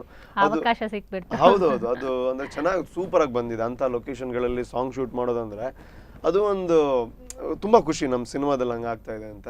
ಅನುಷ್ಕಾ ಒಂದು ಒಳ್ಳೆ ಎಕ್ಸ್ಪೀರಿಯನ್ಸು. ಲಾಸ್ಟ್ ಬೆಂಚು ಹಾಗೇನೆ, ನಾನು ಆಮೇಲೆ ಪೃಥ್ವಿ ಅಂಬರು, ವಿನೀತ್, ನಾವು 3 ಜನ ಮಾಡ್ತಾ ಇದ್ವಿ. ಒಂದು ಒಳ್ಳೆ ಕಾಲೇಜ್ ಸಬ್ಜೆಕ್ಟು. ತುಳುವಿನಲ್ಲಿ ಕಾಲೇಜ್ ಸಬ್ಜೆಕ್ಟ್ಗಳು ತುಂಬ ಕಡಿಮೆ ಬಂದಿಲ್ಲ ಅಂತ ನನ್ನ ಪ್ರಕಾರ. ಸೊ ಒಂದು ಒಳ್ಳೆ ಕಾಲೇಜ್ ಸಬ್ಜೆಕ್ಟ್ ಇದು. ಓಕೆ, ರೂಪೇಶ್ ಅವರು ಯಾರನ್ನ ಇಟ್ಕೊಂಡು ಇನ್ಸ್ಪಿರೇಷನ್ ಅಂತ ಹೇಳ್ಬೋದು, ರೋಲ್ ಮಾಡೆಲ್ ಅಂತ ಹೇಳ್ಬೋದು, ಯಾರಾದ್ರೂ ಇದ್ದಾರಾ ರೂಪೇಶ್ ಅವರಿಗೆ ಆ ಥರ ಸಿನಿ ಇಂಡಸ್ಟ್ರಿಯಲ್ಲಿ? ಸಿನಿ ಇಂಡಸ್ಟ್ರಿಯಲ್ಲಿ ರೋಲ್ ಮಾಡೆಲ್ ಅಂದ್ರೆ ನಾನು ತುಂಬಾ ಇಷ್ಟಪಡೋ ನಟ ಅಂದ್ರೆ ಸುದೀಪ್ ಅವರು, ಆಮೇಲೆ ರಜನಿಕಾಂತ್ ಅವರು, ಆಮೇಲೆ ಅಕ್ಷಯ್ ಕುಮಾರ್, ಆಮೇಲೆ ಇನ್ನೂ ಅಂದ್ರೆ ನನ್ನ ತಂದೆನೇ ಒಂದು ರೀತಿನಲ್ಲಿ ರೋಲ್ ಮಾಡೆಲ್ ಅಂತ ಹೇಳ್ಬೋದು. ಯಾಕಂದ್ರೆ ಅವರು ಒಂದು ಯಕ್ಷಗಾನ ಅಂದ್ರೆ ಅದು ಕೂಡ ಒಂದು ಅದ್ಭುತವಾಗಿರುವಂಥ ಕಲೆ. ಅದರಲ್ಲಿ ಅವರು ಇದು ಖಳನಾಯಕನ ಪಾತ್ರ ಮಾಡ್ತಾ ಇದ್ರು, ಒಂದು ಯಕ್ಷಗಾನ ತಂಡವನ್ನೇ ಮುನ್ನಡೆಸ್ತಾ ಇದ್ರು. ಅದು ಒಂದು ಒಳ್ಳೆ ಸಾಧನೆ. ಸೊ ಅವರು ಒಂದು ರೋಲ್ ಮಾಡೆಲ್ ಅಂತ ಹೇಳ್ಬೋದು. ಓಕೆ, ಈಗ ರೋಲ್ ಮಾಡೆಲ್ ಎಲ್ಲ ಆಯ್ತು, ಸುದೀಪ್ ಅಂತ ಹೇಳಿದಿರಿ. ಸುದೀಪ್ ಅಂದ್ರೆ ಆಟಿಟ್ಯೂಡಿಗೆ ಸುದೀಪ್ ಅಂತ. ಸೊ ಆಟಿಟ್ಯೂಡ್ ಏನಾದ್ರೂ ನಿಮ್ದು ಮೈಂಟೈನ್ ಮಾಡುವಂತದ್ದು? ಯಾಕಂದ್ರೆ ಆಟಿಟ್ಯೂಡ್, ಎಸ್, ಓಕೆ. ನಾನಂದ್ರೆ ಅವ್ರನ್ನ ತುಂಬಾ ಕ್ಲೋಸ್ ಆಗಿ ನನ್ಗೆ ಗೊತ್ತು. ಯಾಕಂದ್ರೆ ನಾವು KCC ಅಂತ ಕ್ರಿಕೆಟ್ ಮ್ಯಾಚ್ ಅಲ್ಲಿ ಆಡಿದ್ವಿ, ಅವ್ರ ಟೀಮಲ್ಲಿ ಇದ್ದೆ ನಾನು. ಅವರೇ ನಮ್ಮ ಕ್ಯಾಪ್ಟನ್ ಆಗಿದ್ರು. ಈಸ್ ವಂಡರ್ಫುಲ್ ಪರ್ಸನ್ ಅಂಡ್ ಒಳ್ಳೆ ಸಪೋರ್ಟ್ ಮಾಡೋವಂಥ ಪರ್ಸನ್. ಅಂಡ್ ಅವ್ರ ಆಟಿಟ್ಯೂಡ್, ಹೌದು, ಕೆಲವೊಂದ್ಸಲ ಅದು ಬಂದ್ಬಿಡುತ್ತೆ ನಮ್ಮ ಫೇವ್ರೇಟ್ ಅಂದಮೇಲೆ. ಬಟ್ ಸಿನಿಮಾದಲ್ಲಿ ಎಲ್ಲೂ ಅದನ್ನ ನಾನು ಆ ಥರ ಬರಲ್ಲ. ಅಂದ್ರೆ ನಮ್ದು ಬೇರೆನೇ ಇರುತ್ತೆ, ನಮ್ಮ ಕ್ಯಾರೆಕ್ಟರ್ ಬೇರೆನೇ ಇರುತ್ತಲ್ವಾ, ಅದು ಅವ್ರದ್ದು ಕ್ಯಾರೆಕ್ಟರ್ ಬೇರೆನೇ ಇರುತ್ತೆ. ಬಟ್ ಅವ್ರದ್ದು ಅದು ಆ ಆಟಿಟ್ಯೂಡ್ ಎಲ್ಲ ಖಂಡಿತ ಅದು ಅಷ್ಟು ಈಸಿಯಾಗಿ ನಮಗೆ ಬರಲ್ಲ. ಅವರೊಂದು ಟ್ರೈ ಮಾಡ್ತಿದ್ದೀರಿ ಅಂತ ಆಯ್ತು. ಖಂಡಿತ ನಾನು ಡಬ್ ಸ್ಮ್ಯಾಶ್ ಎಲ್ಲ ಕೆಲವೊಂದ್ಸಲ ಅವ್ರದ್ದೆಲ್ಲ ಮಾಡ್ತಾ ಇರ್ತೇನೆ ಅವ್ರ ಥರ. ಬಟ್ ಎಸ್, ನನ್ನ ಫೇವ್ರೆಟ್ ಆಕ್ಟರ್ ಅಂದಮೇಲೆ ಟ್ರೈ ಮಾಡಲೇಬೇಕಲ್ವ ನಾವು. ಓಕೆ, ನೆಕ್ಸ್ಟ್ ಏನು, ನಿಮ್ಮ ಚೈಲ್ಡ್ಹುಡ್ಗೆ ಹೋಗುವ, ಯಾವ ಥರ ರೂಪೇಶ್ ಇದ್ರು, ಯಾವ ಥರ ಕಲಿತಿದ್ರು, ಯಾವ ರೀತಿ ಸರೌಂಡಿಂಗಲ್ಲಿ ಯಾವ ಥರ ತರ್ಲೇನಾ ಅಥವಾ ಸೈಲೆಂಟ್ ಆಗಿ ಬಿಡ್ತಿದ್ರಾ, ಹೇಗೆ ಅಂತ? ಚೈಲ್ಡ್ಹುಡ್ ಅಂದರೆ ನಾನು ಇದ್ದಿದ್ದು ಉಪ್ಪಳ ಅಂತ, ಕಾಸರಗೋಡಲ್ಲಿ ಉಪ್ಪಳ ಅಂತ ಒಂದು ವಿಲೇಜ್. ಅದು ಆವತ್ತು ನಾನು ಯಾವತ್ತೂ ಅಂದ್ಕೊಂಡಿರಲಿಲ್ಲ ಇಂಥ ನಾನು ಮಂಗಳೂರಿಗೆ ಬರ್ತೀನಿ, ಅಥವಾ ನಾನು ಬೆಂಗಳೂರಿಗೆ ಹೋಗ್ತೀನಿ, ಅಥವಾ ನಾನು ಸಿನಿಮಾ ಮಾಡ್ತೀನಿ, 10 ಸಿನಿಮಾ ಆಗುತ್ತೆ, ಅಥವಾ KCC ಅನ್ನೋ ಅಂತ ಒಂದು ದೊಡ್ಡ ಟೂರ್ನಮೆಂಟು, ಅದರಲ್ಲಿ ಸೇವಾಗ್ ಅವರಿದ್ದು, ಗಿಲ್ ಕ್ರಿಸ್ಟ್ ಅವರು, ಅವ್ರ ಜೊತೆ ಎಲ್ಲ ಆಡ್ತೀನಿ. ಈ ಎಲ್ಲ ಕನಸುಗಳೇ ಇರಲಿ. ನನಗೇನಿತ್ತು ಅಂದರೆ ಹಿಂದೆ ಎಲ್ಲ ನಮ್ಮ ಮನೇಲಿ ಕರೆಂಟ್ ಇರಲಿಲ್ಲ. ಆಗ ನನಗೆ ಈಗಲೂ ನೆನಪಿದೆ, ಅಂದರೆ ಮಕ್ಕಳಿರೋ ದೇವ್ರ ಹತ್ರ ಎಲ್ಲ ಬೇಡೋದು, ಒಂದು TV ಬರಲಿ ದೇವ್ರೆ, ಸಿನಿಮಾ ನೋಡ್ಬೇಕು ಮನೇಲಿ ಅಂತ. ನಮ್ಮ ಮನೆ ಇಲ್ಲಾಂದ್ರೆ ನಾವು ಬೇರೆ ಮನೆಗೆ ನೋಡಿ ಸಿನಿಮಾ ನೋಡ್ತಾ ಇದ್ವಿ. ಆವಾಗೆಲ್ಲ DD1 ಸಿನಿಮಾ ವಾರಕ್ಕೊಂದು ನೋಡೋದು. ಸೊ ಆ ಥರ ಎಲ್ಲ ಕನಸಿತ್ತು. ಬಟ್ ಇವಾಗ ನನ್ನ ಸಿನಿಮಾನೇ ನಾನು TV ನೋಡ್ತೀನಿ, ಯೂಟ್ಯೂಬಲ್ಲಿ ನೋಡ್ತೀನಿ ಅಂದರೆ ಖುಷಿ, ತುಂಬ ಖುಷಿ ಆಗುತ್ತೆ. ಅಂದರೆ ನಾನು ದೇವ್ರ ಹತ್ರ ಇದಕ್ಕಿಂತ ಜಾಸ್ತಿ ಕೇಳೋಕ್ಕಾಗಲ್ಲ ಆ್ಯಕ್ಚುಲಿ. ಓಕೆ ರೂಪೇಶ್, ನಿಮ್ಮ ಜೊತೆ ಮತ್ತಷ್ಟು ಮಾತುಕತೆ ಮುಂದುವರಿಸ್ತೀನಿ. ಸ್ಟೈಲಿಶ್ ಸ್ಟಾರ್ ರೂಪೇಶ್ ಜೊತೆ ಮತ್ತಷ್ಟು ಮಾತುಕತೆ ಮುಂದುವರಿಯುತ್ತೆ. ಅದಕ್ಕಿಂತ ಮುಂಚೆ ಒಂದು ಸ್ಮಾಲ್ ಬ್ರೇಕ್.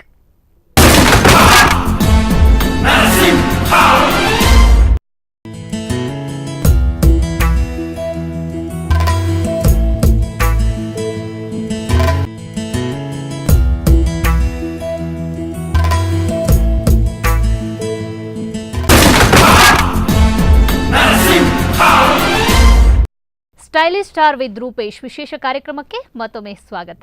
ಈಗಾಗಲೇ ಚೈಲ್ಡ್ಹುಡ್ ಬಗ್ಗೆ ಮಾತಾಡ್ತಾ ಇದ್ವಿ. ಯಾವ ಥರ ಆ ಮಂಗಳೂರಿಗೆ ಬರುವಂಥ ಸಿಚುವೇಶನ್ ಯಾಕೆ ಬಂತು ಅಂತ? ಅಂದರೆ ನಾನು ಆ್ಯಕ್ಚುಲಿ ಅಲ್ಲೇ ಕಲ್ತಿದ್ದು, 10th ತನಕ ಉಪ್ಪಳದಲ್ಲಿ ಕಲ್ತಿದ್ದು. ಅದಾದಮೇಲೆ ನಾನು 9th ಅಲ್ಲಿರುವಾಗ ನಮ್ಮ ತಾಯಿ ತೀರ್ಕೊಂಡ್ರು. ಅದಾದಮೇಲೆ ಅಕ್ಕ ಇಲ್ಲಿದ್ಲು, ನಮ್ಮ ದೊಡ್ಡಪ್ಪ, ನಾನು ಇರೋದು ಆ್ಯಕ್ಚುಲಿ ಇವಾಗ ದೊಡ್ಡಮ್ಮನ ಜೊತೆ. ಸೊ ಅದಾದಮೇಲೆ ಅಕ್ಕ ಬಂದಳು. ಅದಾದಮೇಲೆ ಅಲ್ಲಿ ಹೈಯರ್ ಎಜುಕೇಷನ್ಗೆ ಆಲ್ಮೋಸ್ಟ್ ಇಲ್ಲಿಗೆ ಬರ್ತಾರೆ, ಕಾಸರಗೋಡಲ್ಲಿ ಇರೋರು. ಅಲ್ಲಿ ಜಾಸ್ತಿ ಒಳ್ಳೊಳ್ಳೆ ಕಾಲೇಜ್ಗಳಿಲ್ಲ ನಮ್ಮ ಕಾಸರಗೋಡಲ್ಲಿ. ಸೊ ಹಾಗಾಗಿ ಎಲ್ಲ ಇಲ್ಲಿಗೆ ಬರ್ತಾರೆ. ಸೊ ನಾನು ಅದೇ ಇದರಲ್ಲಿ ಇಲ್ಲಿಗೆ ಬಂದೆ, ತಂದೆ ಇಲ್ಲಿಗೆ ಕಳಿಸಿದ್ರು. ಸೊ ಇಲ್ಲೇ ಸೆಟ್ಲ್ ಆದೆ. ದೇವ್ರ ದಯೆಯಲ್ಲಿ ಈ ಫೀಲ್ಡಿಗೆ ಬರೋ ಥರ ಆಯಿತು. ಸೊ ಅದೊಂದು ಕಾರಣ ಅಂತ ಹೇಳ್ಬೋದು. ಓಕೆ, ರೂಪೇಶ್ ಅವರ ಕನಸು ಏನು ಅಂತ? ಕನಸು ಅಂದರೆ ಅಲ್ಲ, ಇವಾಗ ಆಗ್ತಾ ಇರೋದೇ ನಾನು ಹಿಂದೆ ಕಂಡಿರೋ ಕನಸಲ್ವಾ. ಸೊ ಕನಸುಗಳು ಅದು ಜಾಸ್ತಿ ಆಗ್ತಾ ಹೋಗುತ್ತೆ. ಮೆಟ್ಲು ಹತ್ತ ಆಗಿದೆ, ಮೆಟ್ಲು ಹತ್ತ ಹೋಗ್ತಾ ಇರಬೇಕು. ಸೊ ಖಂಡಿತ ಯಾವ ತರ ಅದು ಹೇಗೆ ಅಂದ್ರೆ ನೋಡಿ, ಹಿಂದೆ ಹೇಗಿತ್ತು ಅಂದ್ರೆ ನಾನು ಒಬ್ಬ ನಿರೂಪಕನಿಗಿಂತ ಮುಂಚೆ ಅಯ್ಯೋ ನಾನೊಬ್ಬ ನಿರೂಪಕ ಆಗ್ಬೇಕು ಅಂತ. ಅದಾದ್ಮೇಲೆ ಸಿನಿಮಾದಲ್ಲಿ ಬಂದ್ರೆ ಒಳ್ಳೇದಲ್ವಾ ಅಂತ ಅನ್ನಿಸ್ತಾ ಇತ್ತು, ಯಾವುದೋ ಒಂದು ಕ್ಯಾರೆಕ್ಟರ್ ಮಾಡಿದ್ರೆ. ಅದಾದ್ಮೇಲೆ ಒಂದು ಹೀರೋ ಆದ್ರೆ ಸೂಪರ್ ಆಗ್ತಾ ಇತ್ತು ಅಂತ ಆ ಥರ ಬಂತು, ಹೀರೋ ಆದೆ. ಅದಾದ್ಮೇಲೆ ಒಳ್ಳೊಳ್ಳೆ ಸಿನಿಮಾಗಳು ಮಾಡಬೇಕು ಆ ಥರ, ಇನ್ನು ಜಾಸ್ತಿ ಆಗ್ತಾ ಹೋಗುತ್ತೆ, ಇನ್ನು ಆ ಥರ ಸಿನಿಮಾ ಮಾಡಬೇಕು ಅಂತ ಕನಸುಗಳಿರುತ್ತೆ. ಒಂದು ಕನಸು ಏನು ಅಂದರೆ ಒಂದು ಒಳ್ಳೆ ಸಿನಿಮಾ ಮಾಡಬೇಕು, ಒಳ್ಳೆ ಸಿನಿಮಾಗಳು ಮಾಡ್ತಾ ಇರಬೇಕು ಅಂತ. ಅದೇ ಒಳ್ಳೆ ಸಿನಿಮಾ ಅಂದರೆ ಯಾವ ಥರ ಕಥೆಗಳು ನೀವು ಆಯ್ಕೆ ಮಾಡ್ಕೊಳ್ತೀರಾ ಅಂತ? ಅಂದರೆ ಕಥೆಗಳು ಇದೇ ಥರ ಬರಬೇಕು ಅಂತ ಇಲ್ಲ. ಬಟ್ ನಮಗೆ ನಾವೊಂದು ಸಿನಿಮಾ ಮಾಡಿದ್ಮೇಲೆ ಒಂದು ಮೊದಲ ಪಾಯಿಂಟ್ ಏನು ಅಂದರೆ ನಮಗೆ ಹಿಡಿಸ್ಬೇಕು. ನಮಗೆ ಹಿಡಿಸದೇ ಇದ್ದರೆ ಜನರಿಗೆ ಹಿಡಿಸೋದಕ್ಕೆ ಸಾಧ್ಯ ಇಲ್ಲ. ನಮಗೆ ಹಿಡಿಸಿ ಮಾಡೋವಂಥ ಒಂದು ಸಿನಿಮಾ ಆಗಿರಬೇಕು. ಅದಾದಮೇಲೆ ಜನರಿಗೆ ಹಿಡಿಸೋವಂಥ ಸಿನಿಮಾ ಡೆಫಿನೆಟ್ಲಿ ಮಾಡಬೇಕು. ಇಲ್ಲಾಂದರೆ ನೀವು ಎಷ್ಟು ಒಳ್ಳೆ ಸಿನಿಮಾ ಮಾಡಿದ್ರು ಜನರಿಗೆ ಹಿಡಿಸದೇ ಇದ್ದರೆ, ಜನರು ನೋಡದೇ ಇದ್ದರೆ, ಈಗಿನ ಕಾಲದಲ್ಲಿ ಅದು ಒಳ್ಳೆ ಸಿನಿಮಾ ಅಂತ ಹೇಳಲ್ಲ. ಅಂದರೆ ಬಿಸ್ನೆಸ್ ಮಾಡೋವಂಥ ಸಿನಿಮಾಗಳನ್ನು ಒಳ್ಳೆ ಸಿನಿಮಾ ಅಂತಲೇ ಹೇಳೋದು. ಅದರ ಅರ್ಥ ಬಿಸ್ನೆಸ್ ಮಾಡದೇ ಇರೋವಂಥ ಸಿನಿಮಾಗಳು ಒಳ್ಳೆ ಸಿನಿಮಾ ಅಲ್ಲ ಅಂತಲ್ಲ, ಬಟ್ ಜನರಿಗೂ ಇಷ್ಟ ಆಗೋವಂಥ ಸಿನಿಮಾ ಮಾಡಬೇಕು. ಓಕೆ, ಇನ್ನೊಂದೆಲ್ಲೋ ಕೇಳ್ಪಟ್ಟೆ, ರೂಪೇಶ್ ಅವರಿಗೆ ಹುಡುಗಿರ್ ಫ್ಯಾನ್ಸ್ ಜಾಸ್ತಿ ಅಂತ. ಎಲ್ಲಿ ಕೇಳ್ಬಿಟ್ರಿ? ಅಲ್ಲ, ಹೌದಂತ? ಓಕೆ, ಹೌದಾ? ಅದು ನಾನು ಹೆಂಗೆ ಹೇಳಿ, ಫ್ಯಾನ್ಸ್ ಗಳು ಇರ್ತಾರೆ ಅಂತ. ನಾನು ಇಲ್ಲಿ ತನಕ ಎಲ್ಲ ಫ್ಯಾನ್ಸ್ ಗೀನ್ಸ್ ಅಂತ ನಾನು ಹೇಳೋದಿಲ್ಲ, ಯಾಕೆಂದ್ರೆ ಸಪೋರ್ಟರ್ಸ್ ಅಷ್ಟೇ. ಅವ್ರ ಫ್ಯಾನ್ಸ್ ಅಂತ ಹೇಳೋ ಮಟ್ಟಿಗೆ ದೊಡ್ಡ ಸಾಧನೆಯನ್ನು ಮಾಡಿಲ್ಲ ನಾವು ಇನ್ನು. ಸಾಧನೆ ಮಾಡ್ತಾ ಇದ್ದೀರಾ, ಸೊ ಅದಕ್ಕೆ ಸಪೋರ್ಟ್ ಕೊಡ್ತಾ ಇದ್ದಾರೆ. ಸೊ ಬಟ್ ಖಂಡಿತ ತುಂಬಾ ಜನ ಸಪೋರ್ಟ್ ಮಾಡ್ತಾರೆ, ಅದು ಹುಡುಗಿರಾಗಿರ್ಬೋದು, ಹುಡುಗರು ಆಗಿರ್ಬೋದು. ಇನ್ನೊಂದು ಅದು ಮುಖ್ಯ ಕಾರಣ ನಿಮ್ಮ ವಾಯ್ಸ್ ಅಂತೆ. ಹೌದಾ? ಹೌದಾ? ಓಕೆ, ನನಗೇನೋ ಸ್ಟಾರ್ಟಿಂಗ್ ಅಲ್ಲಿ ನನ್ನ ವಾಯ್ಸ್ ಏನ್ ದೇವ್ರೆ ಈ ತರ ಒಂದು ಗರಗರ ತರ ವಾಯ್ಸ್ ಕೊಟ್ಟಿದ್ದೀರಾ ಅಂತ. ಬಟ್ FM ಅಲ್ಲೂ ನಾನು ಒಂದು 20-25 ಜನ ಇದ್ರು, ಬಟ್ ನನ್ನ ವಾಯ್ಸ್ ಸೆಲೆಕ್ಟ್ ಆಗಿದ್ದು ನನ್ನ ವಾಯ್ಸಿಂದಾಗಿ. ಸೊ ಎಸ್, ಆಗಿರ್ಬೋದು. ಅದು ಚೆನ್ನಾಗಿದೆ ಅಂತ ಅಲ್ಲ, ಡಿಫ್ರೆಂಟ್ ಇದೆ ಅಂತ ಸ್ವಲ್ಪ. ಓಕೆ, ಖಂಡಿತ ಇದು ಕೂಡ ನಿಮ್ದೊಂದು ಪ್ಲಸ್ ಅನ್ಸುತ್ತೆ. ಇದು ನಿಮ್ಮ ಕೆರಿಯರಿಗೆ ಒಂದು ಒಳ್ಳೆ ಟರ್ನ್ ಕೊಟ್ಟಿರುವಂಥದ್ದು ಒಂದು ನೆನಪಿಸ್ಕೋಬಹುದು. ಇನ್ನೊಂದು ಹೇಳೋದಾದ್ರೆ, ಈಗಾಗಲೇ 3 ಸಿನಿಮಾ ಕೈಯಲ್ಲಿದೆ.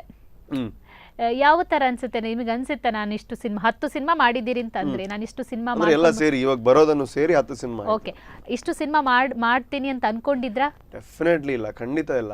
ನಾನು ಹೇಳಿದೆ ಅಲ್ವಾ, ಅದೇ ಇವಾಗ ಹೋಗ್ತಾ ಇರಬೇಕಾದ್ರೆ ನಮ್ಗೆ ಅನ್ಸುತ್ತೆ ಇನ್ನು ಅದು ಮಾಡಬೇಕು ಇದು ಮಾಡಬೇಕು ಅಂತ. ಆದ್ರೆ ಒಂದ್ಸಲ ನಾವು ಹಿಂತಿರುಗಿ ನೋಡಿದಾಗ, ನಾನು ಯಾವತ್ತೂ ಸಿನಿಮಾದಲ್ಲಿ ಹೀರೋ ಆಗ್ತೀನಿ ಅಂತ ಅಂದ್ಕೊಂಡಿರ್ಲಿಲ್ಲ. ನನ್ನ ಹಿಂದಿನ ಫೋಟೋ ಎಲ್ಲ ನೋಡಿದ್ರೆ ನಿಮ್ಗೆ ಗೊತ್ತಾಗುತ್ತೆ ಹಿಂಗಿದ್ದೆ ನಾನು. ಸೊ 10 ಸಿನಿಮಾ ಮಾಡಿದ್ದೀನಿ ಅಂದರೆ ಬಹುಶಃ ಇದು ನನಗೆ ನಾನು ಹೇಳೋದಾದರೆ ಒಂದು ಒಳ್ಳೆ, ನಾನು ನೆನೆಸ್ಕೊಳ್ಳೋದಕ್ಕೂ ಸಾಧ್ಯ ಇಲ್ಲದಿರೋ ಅಂಥ ಒಂದು ಕೆಲಸ ಇದು. ಆದರೆ ಜನರಲ್ ಆಗಿ ನೋಡುವಾಗ ಇನ್ನೂ ಎಷ್ಟೋ ಮಾಡಬೇಕು ನಾನು. ಇದು ಏನೂ ಅಲ್ಲ ಆ್ಯಕ್ಚುಲಿ. ಆದರೆ ಪರ್ಸ್ನಲಿ ನಾನು ಬಂದಿರೋ ದಾರಿ ನೋಡಿದಾಗ ನನಗೆ ತುಂಬ ಖುಷಿ ಆಗುತ್ತೆ. ನಾನು ಯಾವತ್ತೂ ಅಂದ್ಕೊಂಡಿರಲಿಲ್ಲ 3 ಲ್ಯಾಂಗ್ವೇಜು 10 ಸಿನಿಮಾ ಎಲ್ಲ ಮಾಡ್ತೀನಿ ಅಂತ. ಓಕೆ, ಮುಂಚೆ ಅಂದರೆ ರೂಪೇಶ್ ಅಂದರೆ ಯಾರಿಗೂ ಗೊತ್ತಿಲ್ಲ, ಇವಾಗ ರೂಪೇಶ್ ಎಲ್ರಿಗೂ ಗೊತ್ತು. ಹೇಗನ್ಸುತ್ತೆ? ಯಾವ ಥರ ಒಂದು ಆಟಿಟ್ಯೂಡ್ ಆಗಿರ್ಬೋದು, ಯಾವ ಥರ ಮೇಂಟೈನ್ ಮಾಡ್ಕೊಂಡು, ಯಾವ ವಿಚಾರ ಅಂದರೆ ಎಲ್ಲದ್ರ ರೀತಿ ಒಂದು ನೀವು ಸ್ಟಾರ್, ಇವಾಗ ಸಾಮಾನ್ಯ ವ್ಯಕ್ತಿ ಅಲ್ಲ. ಒಂದು 4 ಜನ ನಿಮ್ಮನ್ನು ಗುರುತಿಸ್ತಾರೆ ಅಂದ್ರೆ ನಿಮಗೆ ಆದಂಥ ರೆಪ್ಯುಟೇಷನ್ ಇದ್ದೇ ಇರುತ್ತೆ. ಸೊ ಅದನ್ನ ಯಾವ ಥರ ಮೇಂಟೈನ್ ಮಾಡ್ಕೊಂಡು ಬರ್ತೀವಿ? ತುಂಬ ಖುಷಿ ಆಗುತ್ತೆ ನೋಡಿ. ಅದು ಎಲ್ಲೇ ಹೋದಾಗಲೂ ನಿಮ್ಮನ್ನು ಒಂದು ನಿಮ್ಮ ಕೆಲಸದಿಂದಾಗಿ, ನಿಮ್ಮ ಕಲೆಯಿಂದಾಗಿ ನಿಮ್ಮನ್ನು ನೋಡಿ ಒಂದು ನಮಸ್ಕಾರ ಹೇಳ್ತಾರೆ, ಹಾಯ್ ಮಾಡ್ತಾರೆ, ವಿಶ್ ಮಾಡ್ತಾರೆ, ಕೆಲವರೆಲ್ಲ ಬಂದು ಮಾತಾಡ್ತಾರೆ. ಅದೊಂದು ಭಾಗ್ಯ ಅಂತಲೇ ಹೇಳ್ಬೋದು. ಬೇರೆ ನೀವು ಯಾವ ಕೆಲಸಕ್ಕೆ ಹೋದರೂ ಎಷ್ಟೇ ದುಡ್ಡು ಸಿಗ್ಬೋದು, ಆದರೆ ಜನರು ಪ್ರೀತಿ ಸಿಗೋದಕ್ಕೆ ಸಾಧ್ಯ ಇಲ್ಲ. ನೀವು ರೋಡಲ್ಲಿ ಹೋಗ್ತಾ ಇರಬೇಕಾದ್ರೆ ಯಾರಾದರೂ ಕರೆದು ರೂಪೇಶ್ ಅವರೇ ನಮಸ್ತೆ ಅಂತ ಹೇಳಿದ್ರೆ ಅದು ನಮ್ಗಾಗೋ ಖುಷಿ ಬೇರೆ ಏನೂ ಇಲ್ಲ. ಅದರ ಅರ್ಥ ನಾವೇನೋ ದೊಡ್ಡ ಮನುಷ್ಯರು ಅಂತ ಅಲ್ಲ, ನಾವು ಮಾಡಿರೋಂಥ ಕೆಲಸ ಜನರಿಗೆ ಇಷ್ಟ ಆಗಿದೆ ಅಂತ. ಅದು ದೇವರ ಆಶೀರ್ವಾದ ಅಂತಲೇ ಹೇಳ್ಬೋದು. ಓಕೆ, ಇನ್ನೊಂದು ವಿಷಯ, ಈಗಾಗಲೇ ಫಸ್ಟ್ ಟೈಮ್ ನಿಮ್ಮ ಫಿಲಮ್ ಅನ್ನ ಸ್ಕ್ರೀನ್ ಮೇಲೆ ನೋಡಿದಾಗ ಆ ಎಕ್ಸ್ಪೀರಿಯನ್ಸ್ ಹೇಗಿತ್ತು, ಆ ಖುಷಿ ಹೇಗಿತ್ತು, ಅಥವಾ ನಿಮ್ಮ ಮನೆಯವ್ರ ಜೊತೆ ನೀವು ನೋಡಿದಾಗ ಆ ಖುಷಿ ಯಾವ ರೀತಿ ಇರ್ತಿತ್ತು? ನಾನು ಫಸ್ಟ್ ಟೈಮ್ ಸ್ಕ್ರೀನಲ್ಲಿ ನನ್ನನ್ನು ನೋಡಿರೋವಂಥದ್ದು ಸಿನಿಮಾ, ದೊಡ್ಡ ಸಿನಿಮಾ ಅಂದರೆ ಐಸ್ ಕ್ರೀಮು. ಅದು ಆ ಖುಷಿನ ಹೇಳೋಕ್ಕಾಗಲ್ಲ. ನನಗೆ ಲಿಟ್ರಲಿ ತುಂಬ ಖುಷಿಯಾಗಿತ್ತು ನನಗೆ. ಅಂದರೆ ಈ ಆನಂದ ಭಾಷ್ಪ ಅಂತೆಲ್ಲ ಹೇಳ್ತಾರಲ್ಲ, ಅಂಥ ಸಿಚುವೇಶನ್. ಅಂದರೆ ನಾವು ಅದೇ ಬ್ಯಾಕ್ಗ್ರೌಂಡಿಂದ ಬಂದರೆ, ಮನೇಲಿ ಯಾರಾದರೂ ಸಿನಿಮಾ ನಟರಿದ್ರೆ ನಾವು ಎಕ್ಸ್ಪೆಕ್ಟ್ ಮಾಡಿರ್ತೀವಿ ಯಾವತ್ತೋ ಒಂದಿನ ಸಿನಿಮಾದಲ್ಲಿ ಆ್ಯಕ್ಟ್ ಮಾಡ್ತೀವಿ ಅಂತ.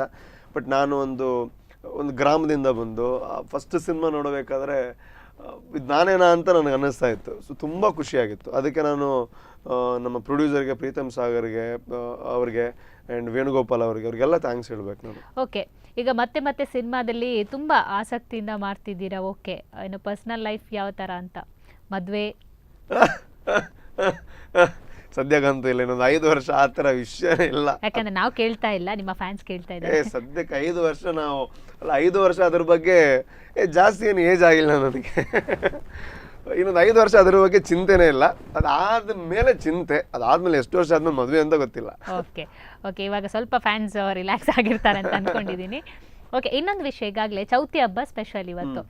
ಯಾವ ಥರ ನೀವು ಚೈಲ್ಡ್ಹುಡ್ಡಲ್ಲಿ ಆ ಹಬ್ಬವನ್ನು ಆಚರಣೆ ಮಾಡ್ಕೊಂಡು ಬಂದಿದ್ದೀರಾ ಅಂತ? ನಮ್ಮ ಊರಲ್ಲಿ ಅಂದರೆ ನಮ್ಮಲ್ಲಿ ಒಂದು ಗ್ರೌಂಡ್ ಇತ್ತು, ಮೈದಾನ. ಅಲ್ಲಿ ತುಂಬ ಗ್ರ್ಯಾಂಡಾಗಿ ನಾವು ಸೆಲೆಬ್ರೇಟ್ ಮಾಡ್ತಾ ಇದ್ವಿ. ಒಂದು 3 ದಿನ ಫಂಕ್ಷನ್ ಎಲ್ಲ ಇರ್ತಾ ಇತ್ತು, ಶೋಭಾಯಾತ್ರೆ ಎಲ್ಲ ಹೋಗ್ತಾ ಇತ್ತು, ಅದ್ರ ಜೊತೆ ಹೋಗಿ ಸೆಲೆಬ್ರೇಟ್ ಮಾಡ್ತಾ ಇದ್ವಿ. ಆ್ಯಂಡ್ ಇವಾಗ ಹೇಗೆ ಅಂದರೆ ಇದೆ ಫಂಕ್ಷನ್ಗಳೇ ಆಗುತ್ತೆ, ಅಲ್ಲಿ ಹೋಗೋದು. ಇವಾಗ ಆ ಥರ ಆಚರಣೆ ಮಾಡೋದು ಶೋಭಾಯಾತ್ರೆಗೆ ಇಲ್ಲ ಹೋಗ್ತೀನಿ, ನಮ್ಮ ನೆಹರು ಮೈದಾನದಲ್ಲಿ ಆಗುತ್ತೆ, ಅದರ ಶೋಭಾಯಾತ್ರೆಗೆ ಹೋಗ್ತೀನಿ ನಾನು. ಅಟ್ಲೀಸ್ಟ್ ನಾನು ಹೇಗಿದೆ ಅಂತ ನೋಡೋದಕ್ಕೆ ಹೋಗ್ತೀನಿ. ಎಲ್ಲರೂ ಹೋಗ್ತಾರೆ, ಮಂಗಳೂರಿನಲ್ಲಿ ಇದ್ಮೇಲೆ ಹೋಗ್ಲೇಬೇಕು, ಯಾಕೆಂದರೆ ಅಷ್ಟೊಂದು ಅದ್ದೂರಿಯಾಗಿ ಮಾಡ್ತಾರೆ, ಅಲ್ಲಿ ಹೋಗ್ತೀವಿ. ಆಮೇಲೆ ಮನೆಯಲ್ಲೂ ಆಚರಣೆ ಮಾಡ್ತೀವಿ. ಹಿಂದೆ ಎಲ್ಲ ಕಬ್ಬುಗೋಸ್ಕರ ನಾವು ಕಾಯ್ತಾ ಇದ್ವಿ, ಎಲ್ಲ ನೆನಪುಗಳಿದೆ.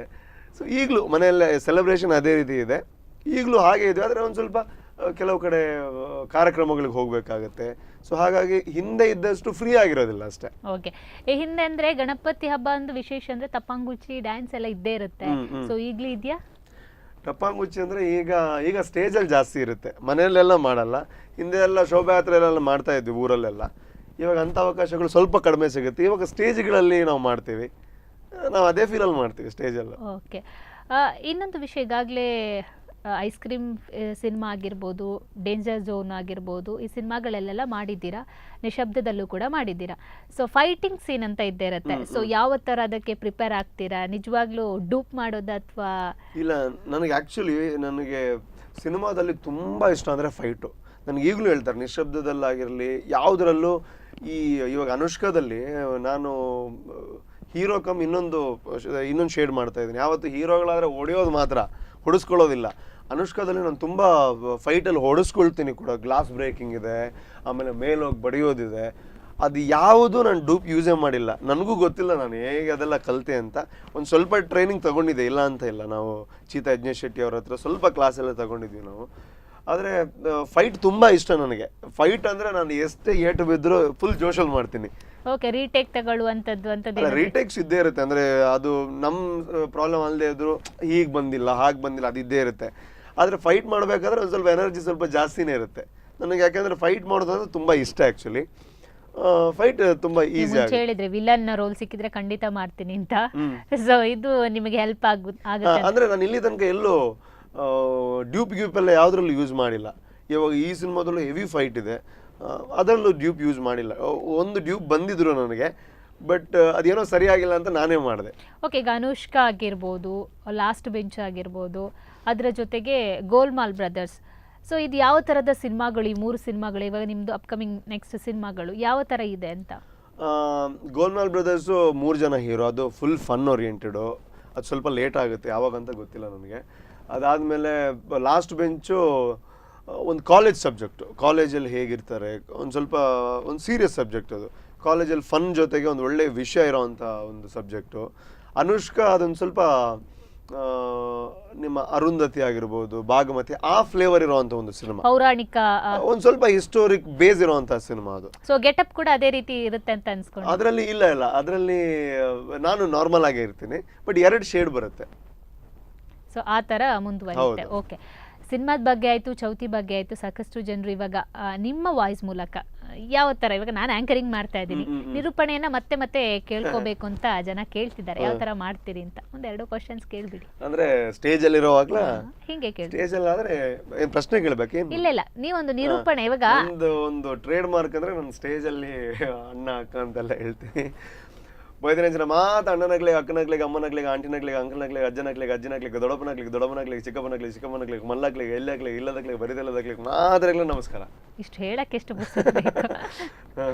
ಯಾವ ಥರ ಪ್ರಾಕ್ಟೀಸ್ ಮಾಡಿದ್ದೀರಿ ಅಂತ? ಅಷ್ಟು ಈಸಿಯಾಗಿ ಯಾರಿಗೂ ಬರಲ್ಲ. ಒಂದು ಸ್ಟೇಜ್ ಮೇಲೆ ನಿಂತು ಮಾತಾಡೋದಂದ್ರೆ ಅಷ್ಟು ಈಸಿ ಕೆಲಸ ಅಲ್ಲ, ಅಷ್ಟು ಧೈರ್ಯ ಬೇಕು, ಅದಕ್ಕೆ ಮಾತಾಡೋ ಆ ಕಲೆ ಅನ್ನೋದು ಬೇಕು. ಯಾವ ಥರ ಬಂತು ಅಂತ? ಅಲ್ಲ, ಅದು ನಾನು ಯಾವತ್ತೂ ಪ್ರಿಪೇರ್ ಆಗಿ ಅಥವಾ ನಾನು ಬಾಯಾಟ ಹೊಡೆದು ಆ ಥರ ನಾನು ಸ್ಟೇಜ್ ಶೋ ಮಾಡೇ ಇಲ್ಲ, ಎಲ್ಲೂ ಆ್ಯಂಕರಿಂಗ್ ಮಾಡೇ ಇಲ್ಲ. ನನ್ನ ಒಂದು ಪ್ಲಸ್ ಪಾಯಿಂಟ್ ನನಗೆ ಏನು ಅಂದರೆ, ನಾನು ಯಾವತ್ತೂ ಈ ಥರನೇ ಮಾಡಬೇಕು ಅದು ಇಲ್ಲ. ನಾವು ಸ್ಟೇಜ್ ಮೇಲೆ ಹೋದ್ಮೇಲೆ ಅಲ್ಲಿ ಏನು ಸಿಚುವೇಶನ್ಸ್ಗಳಿರುತ್ತೆ, ಯಾರೊಬ್ರು ಗೆಸ್ಟ್ ಬರ್ತಾರೆ, ಅವ್ರು ಯಾವ ರೀತಿ ನಮ್ಗೆ ರೆಸ್ಪಾಂಡ್ ಮಾಡ್ತಾರೆ, ಅದ್ರ ಮೇಲೆ ಹೋಗುತ್ತೆ. ಸೊ ಹಾಗಾಗಿ ಶೋಸ್ ಎಲ್ಲ ಯಾವತ್ತೂ ನಮ್ಮ ಆ್ಯಂಕರಿಂಗ್ ಪಾರ್ಟ್ ಬಂದರೆ ದ್ಯಾಟ್ ಈಸ್ ಅನ್ಪ್ಲ್ಯಾನ್ಡ್. ಆ ಸ್ಪಾಟಲ್ಲಿ ಏನು ಬರುತ್ತೆ ಅದೇ ನಿಜವಾಗ್ಲೂ ಜನರಿಗೆ ಮನೋರಂಜನೆ ಕೊಡೋದು. ನಾವು ಹೀಗೆ ಮಾಡಬೇಕು ಅಂದರೆ ಹಾಗಾಗಲ್ಲ ಕೆಲವೊಂದು ಸಲ. ಸೊ ಡೈಲಾಗ್ಗಳೆಲ್ಲ ಸ್ಪಾಟಲ್ಲಿ ಏನೋ ಬಂದುಬಿಡುತ್ತೆ ದೇವರ ಆಶೀರ್ವಾದದಿಂದ. ಸೊ ಅದೇ ಒಂದು ನ್ಯಾಚುರಲ್ ಫೀಲ್ ಆ್ಯಕ್ಚುಲಿ. ಇನ್ನು ಈಗಾಗಲೇ ಕೋಸ್ಟಲ್ ವುಡ್ಡಲ್ಲಿ ನಿಮ್ಮನ್ನೆಲ್ಲರಿಗೂ ಗೊತ್ತು, ನೀವು ಹತ್ತಿರದಿಂದ ನೋಡಿರ್ತಾರೆ. ಗಾಂಧಿನಗರದಲ್ಲಿ ಅಂದರೆ ಸ್ಟಾರ್ಗಿರಿ ಅಲ್ಲಿ ಇದ್ದೇ ಇರುತ್ತೆ, ಒಬ್ಬೊಬ್ಬರಿಗೆ ಒಂದೊಂದು ಥರ ಇರುತ್ತೆ. ಸೊ ಗಾಂಧಿನಗರ, ಚಂದನವನ ಯಾವ ಥರ ನಿಮ್ಮನ್ನು ಆಕ್ಸೆಪ್ಟ್ ಮಾಡ್ಕೊಂಡಿದೆ?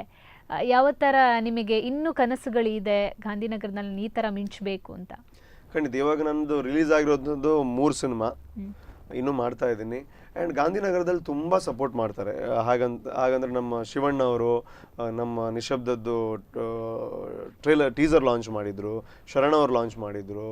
ಅದ್ರ ಜೊತೆಗೆ ದರ್ಶನ್ ಸರ್ ಸಪೋರ್ಟ್ ಮಾಡ್ತಾರೆ ನಮ್ಮ ಟೀಮ್ಗೆ. ಸೊ ಸುದೀಪ್ ಸರ್ದು ಸಪೋರ್ಟ್ ಇವಾಗ ಕ್ರಿಕೆಟಲ್ಲಿ ಆಡಿ ಕ್ರಿಕೆಟ್ಗೂ ನನ್ನನ್ನು ಇನ್ವಾಲ್ವ್ ಮಾಡ್ಕೊಂಡಿದ್ದಾರೆ. ಅಂದರೆ ಅದು ಒಂದು ದೊಡ್ಡ ಸಪೋರ್ಟ್ ನಮಗೆ. ಎಲ್ಲ ಸ್ಟಾರ್ಗಳ ಜೊತೆ ಆಡೋವಂಥದ್ದು, ಉಪೇಂದ್ರ ಸರ್ ಆಗಿರ್ಬೋದು, ಯಶ್ ಅವರಾಗಿರ್ಬೋದು, ಪುನೀತ್ ರಾಜ್ಕುಮಾರ್, ಶಿವಣ್ಣ, ಸುದೀಪ್ ಅವರು, ಗಣೇಶ್ ಅವರು, ಇವ್ರ ಜೊತೆ ಸೇವಾಗಿದ್ದರು, ಗಿಲ್ಕ್ರಿಸ್ಟ್ ಇದ್ದರು, ಗಿಬ್ಸ್ ಇದ್ದರು.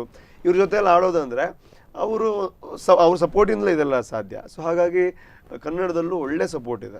ಓಕೆ, ಈಗ ಎಲ್ಲರ ಜೊತೆ ನಿಮಗೆ ಗೊತ್ತು, ಶಿವಣ್ಣನಾಗಿರ್ಬೋದು, ಅಪ್ಪು ಆಗಿರ್ಬೋದು, ಸುದೀಪ್ ಆಗಿರ್ಬೋದು, ಯಶ್ ಆಗಿರ್ಬೋದು, ಎಲ್ಲರನ್ನ ಗೊತ್ತು.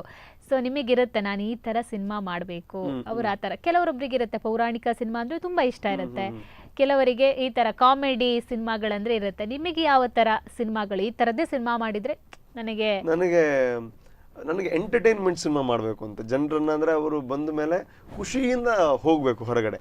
ಅದೇ ನನ್ನ ಖುಷಿ. ಅಂದರೆ ನಾವು ಸ್ಟೇಜಲ್ಲಿ ಮಾಡೋದು ಎಂಟರ್ಟೈನ್ಮೆಂಟೇ.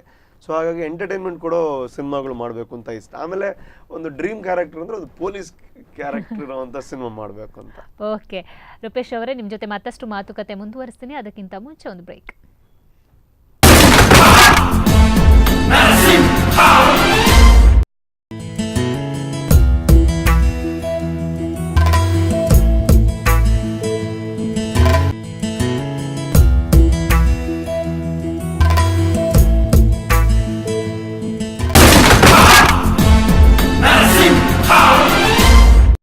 ಸ್ಟೈಲಿಶ್ ಸ್ಟಾರ್ ವಿತ್ ರೂಪೇಶ್ ವಿಶೇಷ ಕಾರ್ಯಕ್ರಮಕ್ಕೆ ಮತ್ತೊಮ್ಮೆ ಸ್ವಾಗತ. ಈಗ ಫಿಲಂ ಬಗ್ಗೆ ಎಲ್ಲ ಮಾತಾಡಿ ಆಯ್ತು, ನಿಮಗೆ ತಿನ್ನೋದಂದ್ರೆ ಇಷ್ಟನಾ? ನನಗೆ ತಿನ್ನೋದೇ ಇಷ್ಟ ಆ್ಯಕ್ಚುಲಿ. ಏನು ಇಷ್ಟ ಅಂತ? ತಿನ್ನೋದಂದರೆ ನಮ್ಮ ಮಂಗಳೂರು ಅಂದಮೇಲೆ ನನಗೆ ತುಂಬ ಇಷ್ಟ ಅಂದರೆ ಫಿಶ್ಶು, ಅಂಜಲು, ಅದು ಇದು ಅಂದರೆ ತುಂಬ ಇಷ್ಟ ನನಗೆ. ಕೆಲವೊಂದ್ಸಲ ಕೆಲವು ನಮ್ಮ ಈ ಫೀಲ್ಡ್ ಇರೋದು ಎಲ್ಲ ತಿನ್ನೋಕ್ಕಾಗಲ್ಲ, ಸ್ವಲ್ಪ ಆಯಿಲಿ ಫುಡ್ ಎಲ್ಲ ಸ್ವಲ್ಪ ದೂರ ಇಡಬೇಕು. ಡಯೇಟ್ ಅನ್ನೋ ಅಂತ ಒಂದು ವಿಚಾರ ಇದೆ. ಆದರೆ ನಾನು ಹೆವಿಯಾಗಿ ಡಯಟ್ ಎಲ್ಲ ಮಾಡಲ್ಲ. ತಿನ್ನೋದಂದ್ರೆ ನನಗೆ ಪಂಚಪ್ರಾಣ ಆ್ಯಕ್ಚುಲಿ. ನಾನು ಎವ್ರಿ ಒಂದು 2 ಗಂಟೆಗಾದ್ರೂ ತಿಂತಾ ಇರ್ತೀನಿ. ಓಕೆ, ಇನ್ನು ನೀವು ಈಗಾಗಲೇ ಹೇಳಿದ್ರಿ, ನಾನು ಮುಂಚೆ ನೋಡಿದ್ರೆ ಇವಾಗ ನೋಡಿದ್ರೆ ನನ್ನನ್ನು ಕಂಡುಹಿಡಿಯೋಕ್ಕಾಗಲ್ಲ ಅಂತ. ಅಲ್ಲಿಂದ ಹೇಗಾದ್ರಿ ಅಂತ? ಅದೇ, ಅದಕ್ಕೆ ಒಂದು ಕಾರಣ ಏನು ಅಂದರೆ, ನಾನು ಒಂದು ಸಿನಿಮಾದ ಆಡಿಷನ್ಗೆ ಹೋಗಿದ್ದೆ ಆ್ಯಕ್ಚುಲಿ, ತುಳು ಸಿನಿಮಾ ಆಡಿಷನ್ಗೆ. ಅವಾಗ ಯಾವ ಸಿನಿಮಾನು ಮಾಡಿರಲಿಲ್ಲ.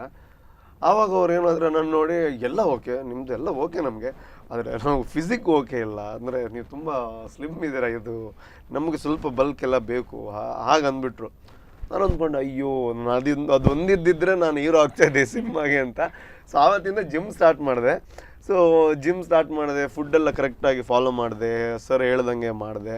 ಸೊ ಜಿಮ್ ಮೇನ್ ರೀಸನ್ ಅಂತ ಹೇಳ್ಬೋದು ಟ್ರಾನ್ಸ್ಫಾರ್ಮೇಷನ್. ನೋಡ್ಕೊಳ್ಳಿ ವೀಕ್ಷಕರೇ, ಇವ್ರದ್ದು ಯಾವ ಥರ ಬಾಡಿ ಬಿಲ್ಡ್ ಮಾಡಿದ್ದಾರೆ ಅಂತ. ನೀವು ಕೂಡ ಈ ಥರ ಕಂಟಿನ್ಯೂ ಆದರೆ ನಿಮಗೂ ಕೂಡ ಹೀರೋ ತಿನ್ಬೇಕಷ್ಟೇ, ಜಿಮ್ ಹೋಗ್ಬೇಕು, ಚೆನ್ನಾಗಿ ತಿನ್ಬೇಕು. ಓಕೆ, ನೆಕ್ಸ್ಟ್ ಇವಾಗ ಹೇಳೋದಾದ್ರೆ, ಮನೆಯಲ್ಲಿ ನೀವೀಗ ಆಲ್ ಟೈಮ್ ಮನೆಯಲ್ಲಿ ಇರಲ್ಲ, ಸೊ ಬಿಟ್ಟಿರ್ಬೇಕಾಗತ್ತೆ. ಯಾವ ಥರ ಇರುತ್ತೆ? ಅಮ್ಮ ಯಾವ ರೀತಿ, ಮನೆಯಲ್ಲಿ ದೊಡ್ಡಪ್ಪನ ಜೊತೆ ಇರ್ತಾರೆ, ಸೊ ಅವ್ರು ಏನು ಹೇಳ್ತಾರೆ? ಬಿಟ್ಟಿರಕ್ಕಾಗತ್ತಾ? ಅವರು ಫಸ್ಟ್ ಕೇಳ್ತಾ ಇದ್ರು, ಬಟ್ ಇವಾಗ ಅವ್ರಿಗೆ ಅಭ್ಯಾಸ ಆಯಿತು, ಇನ್ನು ಹೋದ್ರೆ ಬಂತಾನೆ ಅಂತ. ಜಾಸ್ತಿ ಎಲ್ಲ ಅದ್ರ ಬಗ್ಗೆ ಅದಕ್ಕೆ ತಲೆ ಕೆಡಿಸ್ಕೊಳ್ಳಲ್ಲ. ಹೋಗುವಾಗ ನಾನು ಹೇಳ್ತೀನಿ, ನಾನು ಹೆಂಗೆ ಅಂದರೆ, ಇವತ್ತು ರಾತ್ರಿ ಬೆಂಗಳೂರು ಹೋಗೋದಾದರೆ ಮಧ್ಯಾಹ್ನ ಹೇಳ್ತೀನಿ ನಾನು ಇವತ್ತು ಹೋಗ್ತಾ ಇದ್ದೀನಿ ಅಂತ. ಸೊ ಹೋದ್ಮೇಲೆ ನಾನು ಹೇಳಿರ್ತೀನಿ ಇಂಥ ದಿನ ಬರ್ತೀನಿ ಅಂತ. ಅಂಥ ದಿನ ಬಂದಿಲ್ಲ ಅಂದರೆ ಫೋನ್ ಮಾಡ್ತಾರೆ. ನಾನು ಯಾವತ್ತಾದರೂ ಫೋನ್ ಮಾಡ್ತಾ ಇರ್ತೀನಿ. ಸೊ ಹಾಗಾಗಿ ಮನೆಯಲ್ಲಿ ಇವಾಗ ಅವ್ರಿಗೆ ಗೊತ್ತಾಗಿದೆ, ಇವನು ಹೋಗ್ತಾ ಬರ್ತಾ ಇರ್ತಾನೆ. ಸೊ ಫುಲ್ ಫ್ರೀಡಮ್ ಇದೆ. ಬಟ್ ಕೇಳ್ತಾ ಇರ್ತಾರೆ, ಏನು ಮಾಡ್ತೀಯಾ, ಹೇಗೆ, ಏನು ಅಂತ. ಅವ್ರಿಗೂ ಗೊತ್ತಾಗಿದೆ ಈ ಫೀಲ್ಡ್ ಅಂದರೆ ಹೀಗೆ ಅಂತ. ಓಕೆ, ಇನ್ನು ಫ್ರೆಂಡ್ಸಿಗೆ ನೀವು ಸಾಕಷ್ಟು ಇಂಪಾರ್ಟೆಂಟ್ ಕೊಡ್ತೀರಿ ಅಂತ ಈ ಹಿಂದೆ ನಂಗೆ ಹೇಳಿದ್ರಿ.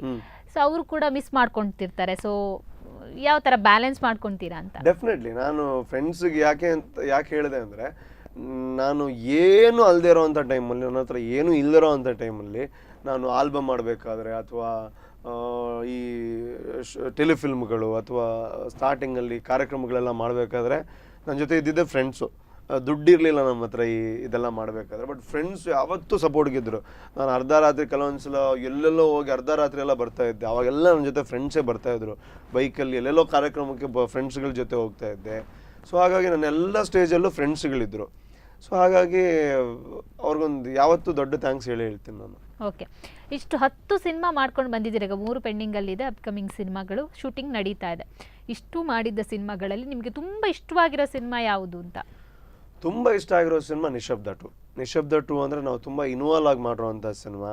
ಆಮೇಲೆ ಒಳ್ಳೆ ಪ್ರೊಡ್ಯೂಸರು ತಾರನಾಥ್ ಶೆಟ್ಟಿ ಅಂತ, ನಮಗೆ ಏನೆಲ್ಲ ಬೇಕು ಅದೆಲ್ಲ ಕೊಟ್ಟಿದ್ರು. ಅದರ ಅರ್ಥ ಬೇರೆ ಸಿನಿಮಾಗಳು ಇಷ್ಟ ಇಲ್ಲ ಅಂತಲ್ಲ, ಎಲ್ಲ ಸಿನಿಮಾಗಳು ಇಷ್ಟ ಆಯಿತು. ಐಸ್ ಕ್ರೀಮು ಇಷ್ಟ ಆಗಿತ್ತು, ಅಮರ್ ಪೊಲೀಸ್ ಅಂತ ಬಂತು ಅದು ಇಷ್ಟ ಆಗಿತ್ತು, ಡೇಂಜರ್ ಝೋನ್ ಇಷ್ಟ ಆಗಿತ್ತು. ಡೇಂಜರ್ ಝೋನ್ ಆ್ಯಕ್ಚುಲಿ ನಮ್ಗೆ ಒಳ್ಳೆ ಅಲ್ಲಿ ಹೆಸರು ಕೊಟ್ಟಿತ್ತು. ಅದು 100 days ಓಡಿತ್ತು ಆ್ಯಕ್ಚುಲಿ ಬೇರೆ ಬೇರೆ ಥಿಯೇಟರ್ಗಳಲ್ಲಿ. ಬಟ್ ತುಂಬ ಖುಷಿ ಕೊಟ್ಟಿರೋವಂಥ ಸಿನಿಮಾ ಅಂದರೆ ಒಂದು ಹೀರೋ ಆಗಿ ಫುಲ್ ಪ್ಯಾಕೇಜಲ್ಲಿ ನನಗೆ ಇಷ್ಟ ಆಗಿರೋವಂಥ ಸಿನಿಮಾ ನಿಶಬ್ದ 2. ಆದರೆ ಒಂದು ತಾಯಿಗೆ ಯಾರ ಮಗ ಇಷ್ಟ ಅಂದರೆ ಹೇಳೋಕ್ಕೆ ಕಷ್ಟ. ಅದೇ ರೀತಿ ಎಲ್ಲ ಸಿನಿಮಾನೂ ಇಷ್ಟ. ಬಟ್ ಒಂದು ಇರುತ್ತಲ್ವಾ ಈ ಪಾತ್ರ ನಾಯಕನಾಗಿ ಹಾಗೆ ಅಂತನೂ ಅಲ್ಲ, ನನಗೆ ಒಂದು ಈ ಪಾತ್ರ ನನಗೆ ಸೂಟ್ ಆಗುತ್ತೆ ಆ ಥರ ಎಲ್ಲ ಇರುತ್ತಲ್ವಾ. ಸೊ ಒಂದು ಒಳ್ಳೆ ಫೋಕಸ್ ಕೊಟ್ಟಿರೋ ಸಿನಿಮಾ ನಿಶಬ್ದ 2. ಓಕೆ, ಈಗ ಇಷ್ಟು ಸಿನಿಮಾಗಳಲ್ಲಿ ನಿಶಬ್ದ 2 ನಿಮಗೆ ತುಂಬಾ ಇಷ್ಟ ಆಗಿರುವಂತ ಅಲ್ಲ ಹಾಗೆ ಅಂತಲ್ಲ, ಒಂದು ಜಾಸ್ತಿ ಫೋಕಸ್ ಸಿಗ್ದಂತ ಸಿನಿಮಾ. ಓಕೆ, ಇಷ್ಟು ಇಲ್ಲಾಂದ್ರೆ ಬೇರೆಯವ್ರಂತ ನಮ್ ಸಿನಿಮಾ ಇಷ್ಟ ಇಲ್ಲ ಹಾಗಂತಲ್ಲ. ಓಕೆ, ಕತೆಗಳು ಇನ್ನೂ ಚೆನ್ನಾಗಿ ಸಿಕ್ಕರೆ, ಪ್ರೊಡ್ಯೂಸರ್ ಚೆನ್ನಾಗಿ ಸಿಕ್ಕರೆ, ಡೈರೆಕ್ಟರ್ ಚೆನ್ನಾಗಿ ಸಿಕ್ಕರೆ ಖಂಡಿತ ಇನ್ನಷ್ಟು ಸಿನಿಮಾಗಳು ಮಾಡ್ತೀರಾ. ಓಕೆ, ಇವಾಗ ಕೋಸ್ಟಲ್ ಒಮ್ಮೆ ಸ್ಯಾಂಡಲ್ವುಡ್ಗೆ ಎಂಟ್ರಿ ಆದ್ಮೇಲೆ ಮತ್ತೆ ಕೋಸ್ಟಲ್ವುಡ್ಗೆ ನೀವು ಮುಖ ಮಾಡಿದ್ದೀರಾ. ಸೊ ಇಲ್ಲಿ ಯಾವ ತರ ಟ್ರೀಟ್ ಮಾಡ್ತಾರೆ ನಿಮ್ಮನ್ನ ಅಂತ? ಡೆಫಿನೆಟ್ಲಿ ಇದು ನಾನು ಹೇಳಿದೆ ಅಲ್ವಾ, ನನಗೆ ಅದಕ್ಕೂ ಇವಾಗ ಇನ್ನು ಬೇರೆ ವುಡ್ಗೆ ಹೋದ್ರು ಅದೆಲ್ಲ ಒಂದೇ ನಮಗೆ. ನಾವು ಅಲ್ಲಿ ಮಾಡೋದು ಸಿನಿಮಾ, ಇಲ್ಲಿ ಮಾಡೋದು ಸಿನಿಮಾ. ಆದರೆ ನಾನು ಕನ್ನಡ ಮಾಡಿದ್ರೆ ನನಗೆ ಜಾಸ್ತಿ ಖುಷಿ ಆಗೋದು ತುಳು ಮಾಡೋವಾಗ. ಅಂದರೆ ನಮ್ಮದೇ ಊರಲ್ಲಿ ಮಾಡ್ತೀವಿ, ನಮ್ಮದೇ ಜನಗಳಿರ್ತಾರೆ, ನಮ್ಮದೇ ಭಾಷೆಯಲ್ಲಿ ಮಾಡ್ತಾ ಇರ್ತೀವಿ. ತುಳು ಅಂದರೆ ಅದೊಂದು ನಮ್ಮದೇ ಅನ್ನೋವಂಥ ಫೀಲ್ ಇರುತ್ತೆ. ಕನ್ನಡನೂ ನಮ್ಮದೇ. ಆದರೆ ಎರಡೂ ಭಾಷೆ ಮಾಡ್ತಾ ಇರ್ತೀನಿ, ಎಲ್ಲಿ ಅವಕಾಶಗಳು ಸಿಗ್ತಾ ಅಲ್ಲಿ ಮಾಡ್ತಾ ಇರ್ತೀನಿ. ಹಾಗಂತ ಕನ್ನಡನೇ ಮಾಡಬೇಕು ತುಳುನೇ ಮಾಡಬೇಕು ಅಂತ ಇಲ್ಲ. ಯಾವತ್ತು ಕಲೆಗೆ ಭಾಷೆಯ ಒಂದು ಬೌಂಡ್ರಿ ಇರೋದಿಲ್ಲ. ಸೊ ಹಾಗಾಗಿ ಯಾವ ಭಾಷೆಯಲ್ಲಿ ಒಳ್ಳೆ ಸಿನಿಮಾಗಳು ಸಿಗುತ್ತೋ ಅದನ್ನು ಮಾಡ್ತಾ ಇರ್ತೀನಿ. ಇನ್ನು ಆಲ್ಬಮ್ ಸಾಂಗ್ಸ್ಗಳು ಈಗಾಗಲೇ ನೀವು ಮಾಡಿದ್ದೀರಾ. ಸೊ ಆ ಒಂದು ವರ್ಕ್ ಹೇಗಿತ್ತು, ಅದು ಬಂದ ಹಾದಿ ಹೇಗಿತ್ತು? ನಾನು ಆ್ಯಕ್ಚುಲಿ ಟೋಟಲ್ ಆಗಿ ಇಲ್ಲಿ ತನಕ ಎಲ್ಲ ಈ ಪ್ರಚಾರ ಹಾಡುಗಳೆಲ್ಲ ಮಾಡಿದ್ದೆ. 22 ಹಾಡು ನಾನು ಬರೆದಿದ್ದೀನಿ, 22 ಹಾಡು ನಾನು ಹಾಡಿದ್ದೀನಿ ಆ್ಯಕ್ಚುಲಿ. ಅದರಲ್ಲಿ ಇವಾಗ ರೀಸೆಂಟಾಗಿ RCBಗೆ ಸಪೋರ್ಟ್ ಮಾಡಿ ಈ ಸಲ ಕಪ್ ನಮ್ಮದೇ ಅಂತ ಒಂದು ಮಾಡಿದ್ದೆ, ಅದು ತುಂಬ ವೈರಲ್ ಆಗಿತ್ತು. ಅದು ಆ್ಯಕ್ಚುಲಿ ನನಗೆ ತುಂಬ ಖುಷಿ ಕೊಡೋವಂಥದ್ದು. ಇವಾಗ ಹೋಸ್ಟಿಂಗ್ ಯಾವ ರೀತಿ ನನ್ನ ಪ್ಯಾಷನು, ಈ ಹಾಡುಗಳಂದರೆ ನನಗೆ ಸ್ಟಾರ್ಟಿಂಗಲ್ಲಿ ನನಗೆ ಏನು ಮಾಡಬೇಕು ಅಂತ ಗೊತ್ತಿಲ್ಲದೆ ಇರೋವಾಗ ಮಲಯಾಳಮಲ್ಲಿ ಆಲ್ಬಮ್ ಕ್ರೇಜ್ ತುಂಬ ಜಾಸ್ತಿ ಇತ್ತು ನನಗೆ. ನಾನು ಮಲಯಾಳಂ ಸಾಂಗ್ಸ್ ಎಲ್ಲ ನೋಡ್ತಾ ಇದ್ದೆ. ಆವಾಗ ನನಗನ್ನಿಸ್ತು ನಮ್ಮ ತುಳುವಲ್ಲಿ ಯಾಕೆ ನಾವು ಆಲ್ಬಮ್ ಎಲ್ಲ ತೊಗೊಂಬರ್ಬಾರ್ದು ಅಂತ. ಆವಾಗ ನಾನು ಒಂದು 5 ಹಾಡು ಮಾಡಿ ಅದನ್ನು CD ಮಾಡಿ ಮಾರ್ಕೆಟ್ಗೆಲ್ಲ ಬಿಟ್ಟಿದ್ದೆ. ಸೊ ಹಾಗೆ ನನಗೆ ತುಂಬ, ಒಂದು ವೇಳೆ ನಾಯಕನಲ್ಲದಿದ್ರೆ ಖಂಡಿತ ಸಿಂಗರ್ ಆಗಿರ್ತಿದ್ರಿ. ಡೆಫಿನೆಟ್ಲಿ ನನಗೆ ರ್ಯಾಪ್ ಸಿಂಗರ್ ಆಗಬೇಕು ಅಂತ ತುಂಬ ಆಸೆ ಇತ್ತು. ಬಟ್ ಇವಾಗ ಈ ಸಿನಿಮಾ ಎಲ್ಲ ಮಾಡುವಾಗ ಎಲ್ಲ ಫೋಕಸ್ ಮಾಡೋಕ್ಕಾಗಲ್ಲ. ಬಟ್ ಆದ್ರೂ ಆಲ್ಬಮ್ಗಳು ನಾನು ಮಾಡ್ತಾನೆ ಇರ್ತೀನಿ. ಅದು ಈಗ ಆಲ್ಬಮ್ ಸುಮಾರು 22 ಮಾಡಿದ್ದೀರಿ ಅಂತ ಹೇಳಿದಿರಿ ಸಾಂಗ್ಸ್ಗಳನ್ನ. ಸೊ ಇನ್ ಮುಂದೆ ಮಾಡ್ಬೇಕಾದ್ರೆ ಪ್ಲಾನ್ ಏನಾದ್ರು ಮಾಡ್ಕೊಂಡಿದ್ದೀರಾ? ಡೆಫಿನೆಟ್ಲಿ ಇನ್ ಮುಂದೆ ಅಂದ್ರೆ ಹಿಂದೆ ಎಲ್ಲ ನಾನು ಹೇಗ್ ಮಾಡಿದ್ರು ನಡೀತಾ ಇತ್ತು. ಒಂದು ಸ್ಕ್ರೀನ್ ಹಾಕಿ ಅದು CG ಇದರಲ್ಲಿ ನಮ್ಮ ಗ್ರೀನ್ ಸ್ಕ್ರೀನ್ ಹಾಕಿ ಎಲ್ಲ ನಾವು ಮಾಡ್ತಾ ಇದ್ವಿ. ಅದು ನಿಮಗೆ ಫೌಂಡೇಶನ್ ಅಂತ. ಹೇಗ್ ಮಾಡಿದ್ರು ನಡೀತಾ ಇತ್ತು. ಬಟ್ ಇವಾಗ ನಾನು ಹೇಗ್ ಮಾಡಿದ್ರು ನಡೆಯಲ್ಲ. ಸಿನಿಮಾ ಎಲ್ಲ ಮಾಡಿದ್ಮೇಲೆ ಚೆನ್ನಾಗಿರೋದೇ ಮಾಡಬೇಕು, ಒಂದು ಒಳ್ಳೆ ಕ್ವಾಲಿಟಿ ಪ್ಲಾನಿಂಗ್ ನಡೀತಿದೆ ಅಂತ ಆಯ್ತು ಹಾಗಿದ್ರೆ. ಮಾಡಬೇಕು ಅಂತ ಇದೆ, ಮಾಡಿದ್ಮೇಲೆ ಚೆನ್ನಾಗಿರೋದು ಮಾಡಬೇಕು ಅಂತ. ಓಕೆ, ಫಿಲಮ್ ಆಯಿತು ಎಲ್ಲ ಓಕೆ. ಈಗ ಆ ಸ್ಕ್ರೀನಲ್ಲಿ ಆನ್ ಸ್ಕ್ರೀನ್ ಇರಬೇಕಾದ್ರೆ, ಶೂಟಿಂಗ್ ನಡಿಬೇಕಾದ್ರೆ ಯಾವ ಥರ ಇರ್ತಿದ್ರಿ? ಸೊ ಡೈರೆಕ್ಟರ್ ಜೊತೆ ಆಗಿರ್ಬೋದು, ನಿಮ್ಮ ಒಂದು ಉಳಿದ ನಟರಿರ್ತಾರೆ ನಟಿಯರ ಜೊತೆ ಯಾವ ಥರ ಮಿಂಗಲ್ ಆಗ್ತಾ ಇದ್ರಿ? ಹೇಗೆ? ಅಲ್ಲ, ನಾನು ಎಲ್ಲರ ಜೊತೆನೂ ಮಿಂಗಲ್ ಆಗ್ತೀನಿ. ನನಗೆ ಅಂದರೆ ನಾನು ನೋಡಿದಾಗ ಅನ್ಕೋತಾರೆ ಅದೊಂದು ಅಪವಾದ ಇದೆ, ದೂರದಿಂದ ನೋಡಿದಾಗ ಸ್ವಲ್ಪ ಆ್ಯಟಿಟ್ಯೂಡ್ ಎಲ್ಲ ಇದೆ ಅಂತ. ಬಟ್ ನಾನು ಯಾವತ್ತೂ ಜಾಸ್ತಿ ಮಾತಾಡೋದಕ್ಕೆ ಇಷ್ಟಪಡ್ತೀನಿ, ಮಿಂಗಲ್ ಆಗೋದಕ್ಕೆ ಇಷ್ಟಪಡ್ತೀನಿ. ಆಮೇಲೆ ಡೈರೆಕ್ಟರ್ ಜೊತೆ ಜಾಸ್ತಿ ಕ್ಲೋಸ್ ಆಗೇ ಇರ್ತೀನಿ ನಾನು. ಯಾಕೆಂದರೆ ನಾವು ಏನೇ ಮಾಡಬೇಕಾದ್ರೂ ಅದು ಡೈರೆಕ್ಟರ್ ಕನಸನ್ನು ನಾವು ಇಲ್ಲಿ ಪೂರ್ಣ ಮಾಡೋವಂಥದ್ದು. ಸೊ ಹಾಗಾಗಿ ನಮಗೆ ಬೇಕಾಗಿದ್ದು ಮಾಡೋಕ್ಕಾಗಲ್ಲ. ಡೈರೆಕ್ಟ್ರಿಗೆ ಏನು ನಾವು ಮಾಡಬೇಕು ಅಂತ ಇದೆ ಅದನ್ನು ಮಾಡಬೇಕು. ಸೊ ಹಾಗಾಗಿ ಅವ್ರ ಜೊತೆ ಒಳ್ಳೆ ಸಂಬಂಧ ಯಾವತ್ತೂ ಇರುತ್ತೆ. ಓಕೆ, ಕೊನೆಯದಾಗಿ ವೀಕ್ಷಕರ ಜೊತೆಗೆ ಮುಂದೆ ನಿಮ್ಮ ಸಿನಿಮಾಗಳು ಯಾವ ಥರ ಇರಬೇಕು, ನಿಮ್ಮ ಫ್ಯಾನ್ಸ್ ಜೊತೆಗೆ ನಮ್ಮ ಸ್ಪಂದನ ವಾಹಿನಿ ವೀಕ್ಷಕರಿಗೆ ಏನು ಹೇಳಕ್ಕೆ ಇಷ್ಟಪಡ್ತೀರಾ ಅಂತ? ಏನಿಲ್ಲ, ನಾನು ಒಂದು VJ ರೂಪೇಶ್ ಆಗಿದ್ದೆ. ಒಂದು TV ಯಲ್ಲಿ ಆ್ಯಂಕರಿಂಗ್ ಮಾಡ್ತಾ ಇದ್ದೆ, ಸ್ಟೇಜ್ಗಳಲ್ಲಿ ಆ್ಯಂಕರಿಂಗ್ ಮಾಡ್ತಾ ಇದ್ದೆ. ಅಂಥ ಒಬ್ಬ ಸಾಮಾನ್ಯರಲ್ಲಿ ಸಾಮಾನ್ಯ ಒಬ್ಬ ಕಲಾವಿದಂತನೂ ಅಲ್ಲ, ನಿರೂಪಕ ಆಗಿದ್ದೆ. ಅಂಥ ಒಬ್ಬನನ್ನು ಒಂದು ಕನ್ನಡದಲ್ಲಿ ಒಳ್ಳೊಳ್ಳೆ ಸಿನಿಮಾ ಮಾಡೋವಂಥ ಅವಕಾಶ, ಒಂದು 10 ಸಿನಿಮಾದಲ್ಲಿ ಕೆಲಸ ಮಾಡೋವಂಥ ಒಂದು ಅವಕಾಶ ನನಗೆ ಸಿಕ್ಕಿದೆ ಅಂದರೆ ಅದಕ್ಕೆ ಕಾರಣ ನಮ್ಮ ಜನರು ಕೊಟ್ಟಿರುವಂಥ ಪ್ರೀತಿ. ಸೊ ಈ ನಾನೇ ಒಂದು ಉದಾಹರಣೆ ಅಂತ ಹೇಳ್ಬೋದು. ಜನರು ಪ್ರೀತಿ ಮಾಡಿದ್ರೆ, ಜನರು ಸಪೋರ್ಟ್ ಮಾಡಿದ್ರೆ, ಏನು ಇಲ್ಲದೆ ಇದ್ದರೂ ಏನಾದರೂ ಒಂದು 0 ಇಂದ ಒಂದು 0.1 ಆದರೂ ಆಗಬೇಕು ಅಂತಂದರೆ ಅದಕ್ಕೆ ಜನರೇ ಕಾರಣ. ಸೊ ಈ ರೂಪೇಶ್ ಶೆಟ್ಟಿ ಅಂತ ಈಗ ಸ್ವಲ್ಪ ಜನರಿಗಾದರೂ ಗೊತ್ತಿದೆ ಅಂತ ಅಂದರೆ ಅದಕ್ಕೆ ಬೇರೆ ಯಾರೂ ಕಾರಣ ಅಲ್ಲ. ತುಂಬ ಜನ ಕಾರಣ ಇದ್ದಾರೆ, ಆದರೆ ಮೊದಲ ಕಾರಣ ನಮ್ಮ ಪ್ರೇಕ್ಷಕರು. ನೀವು ಎಲ್ಲೇ ಹೋದರೂ ನನಗೆ ಬೆನ್ನು ತಟ್ಟಿ ನಾನು ತಪ್ಪು ಮಾಡಿದಾಗ ಅದನ್ನು ಸರಿಪಡಿಸ್ಕೊಳ್ಳಿ ಅಂತ ನನಗೆ ಸಪೋರ್ಟ್ ಮಾಡಿದ್ದೀರಾ. ಆ ಸಪೋರ್ಟ್ ಇಲ್ಲಿ ತನಕ ನನ್ನ ಜೊತೆ ಇರುತ್ತೆ. ಇನ್ನೂ ಒಳ್ಳೊಳ್ಳೆ ಕೆಲಸ ಮಾಡೋವಂಥ ಅವಕಾಶ ಸಿಗಬಹುದು ಅನ್ನೋವಂಥದ್ದು ನನ್ನ ನಂಬಿಕೆ. ಸೊ ನಾನು ಕೇಳ್ಕೊಳ್ಳೋದಿಷ್ಟೇ, ಸಿನಿಮಾದಲ್ಲಿ ಕೆಲವೊಂದು ಸಿನಿಮಾಗಳು ಚೆನ್ನಾಗಿಲ್ದೇನೂ ಇರ್ಬೋದು, ತಪ್ಪುಗಳು ಮಾಡ್ತಾ ಇರ್ತೀನಿ, ಸಿನಿಮಾದಲ್ಲಿ ತುಂಬ ತಪ್ಪುಗಳಾಗ್ಬೋದು, ಆದರೆ ಅದನ್ನೆಲ್ಲ ಸಪೋರ್ಟ್ ಮೂಲಕ ನೀವು ನನಗೆ ಬೆನ್ನು ತಟ್ಟಿದ್ದೀರಾ. ಆ ಸಪೋರ್ಟ್ ಯಾವತ್ತೂ ಇರಲಿ, ಇದ್ದರೆ ನಾನು ಇನ್ನೂ ಒಳ್ಳೊಳ್ಳೆ ಕೆಲಸ ಮಾಡಬೇಕು ಅಂತ ಇದೆ, ಅದಾಗುತ್ತೆ ನಿಮ್ಮ ಸಪೋರ್ಟ್ ಇದ್ದರೆ. ರೂಪೇಶ್ ಅವರೇ, ನಿಮ್ಮ ಎಲ್ಲ ಬೇಡಿಕೆಗಳು ಈಡೇರಲಿ ಅನ್ನೋದು ಸ್ಪಂದನ ವಾಹಿನಿ ಕೂಡ ಆಶೆ. ಇಲ್ಲಿ ತನಕ ಬಂದು ಆ್ಯಂಡ್ ಅದ್ರ ಜೊತೆಗೆ ನಿಮಗೆ ತುಂಬ ಚೆನ್ನಾಗಿ ಆಂಕರಿಂಗ್ ಮಾಡಿ ನನಗೆ ನಿಮ್ಮನ್ನು ನೋಡುವಾಗ ನಾನು ಅಲ್ಲಿದ್ದೀನಿ ಅಂತ ಅನಿಸುತ್ತೆ. ನಾನು ತುಂಬ ಕಾರ್ಯಕ್ರಮ ಮಾಡಿದ್ದೀನಿ, ಈ ಥರ ಈಗಲೂ ಮಾಡ್ತಾ ಇದ್ದೀನಿ FM ಅಲ್ಲಿ. ಸೊ ನಿಮಗೂ ಥ್ಯಾಂಕ್ ಯು ಸೋ ಮಚ್. ಸ್ಪಂದನ ವಾಹಿನಿಗೆ ನಮ್ಮಂಥ ಕಲಾವಿದರನ್ನ, ಸಣ್ಣ ಕಲಾವಿದರನ್ನ ಇಲ್ಲಿ ಕೂರಿಸಿ ಏನೋ ದೊಡ್ಡ ನಿಮ್ಮಂಥವ್ರು ಬಿಲ್ಡಪ್ ಕೊಟ್ಟು ಖುಷಿ ಪಡಿಸ್ತೀರಾ. ಖಂಡಿತ ಇದು ಯಾವುದೇ ಕಾರಣಕ್ಕೂ ಬಿಲ್ಡಪ್ ಅಲ್ಲ, ನೀವು ಮಾಡಿದ ಅಲ್ಲ, ನಾವು ಅದೇ ಮಾಡೋದಲ್ವಾ, ಅಲ್ಲಿರುವಾಗ ನಾವು ಅದೇ ಮಾಡೋದು. ಸೊ ಅದಕ್ಕೆ thank you so much. And Spandana ವಾಹಿನಿಗೆ thank you so much. And ನಮ್ಮ ಗುರು ಸಮಾನರಾದ ಸರಸ್ವತಿ ಮೇಡಮ್ ಇಲ್ಲೇ ಇದ್ದಾರೆ, ಅವ್ರಿಗೂ ಥ್ಯಾಂಕ್ ಯು ಸೋ ಮಚ್. ಅವರಲ್ಲಿ ಕಾರ್ಯಕ್ರಮ ನೋಡೋದಂಥ ನಿಮ್ಮೆಲ್ಲರಿಗೂ ನಮ್ಮ ಮಹಾಗಣಪತಿ ವಿಘ್ನ ವಿನಾಶಕ ಲೈಫಲ್ಲಿ ಬರೋವಂಥ ಎಲ್ಲ ವಿಘ್ನನ ದೂರ ಮಾಡಲಿ. Thank you so much. Okay, thank you Rupesh ಅವರೇ. ನೋಡಿದ್ರಲ್ಲ ವೀಕ್ಷಕರೇ, ಕಲೆ ಅನ್ನೋದು ಯಾರಿಗೆ ಕೂಡ ಅಷ್ಟು ಸುಲಭವಾಗಿ ಒಲಿಯೋದಿಲ್ಲ. ಅಂಥದ್ರಲ್ಲಿ ರೂಪೇಶ್ ಅನ್ನೋ ರಾಕ್ ಸ್ಟಾರ್ಗೆ ಒಲಿದಿದೆ.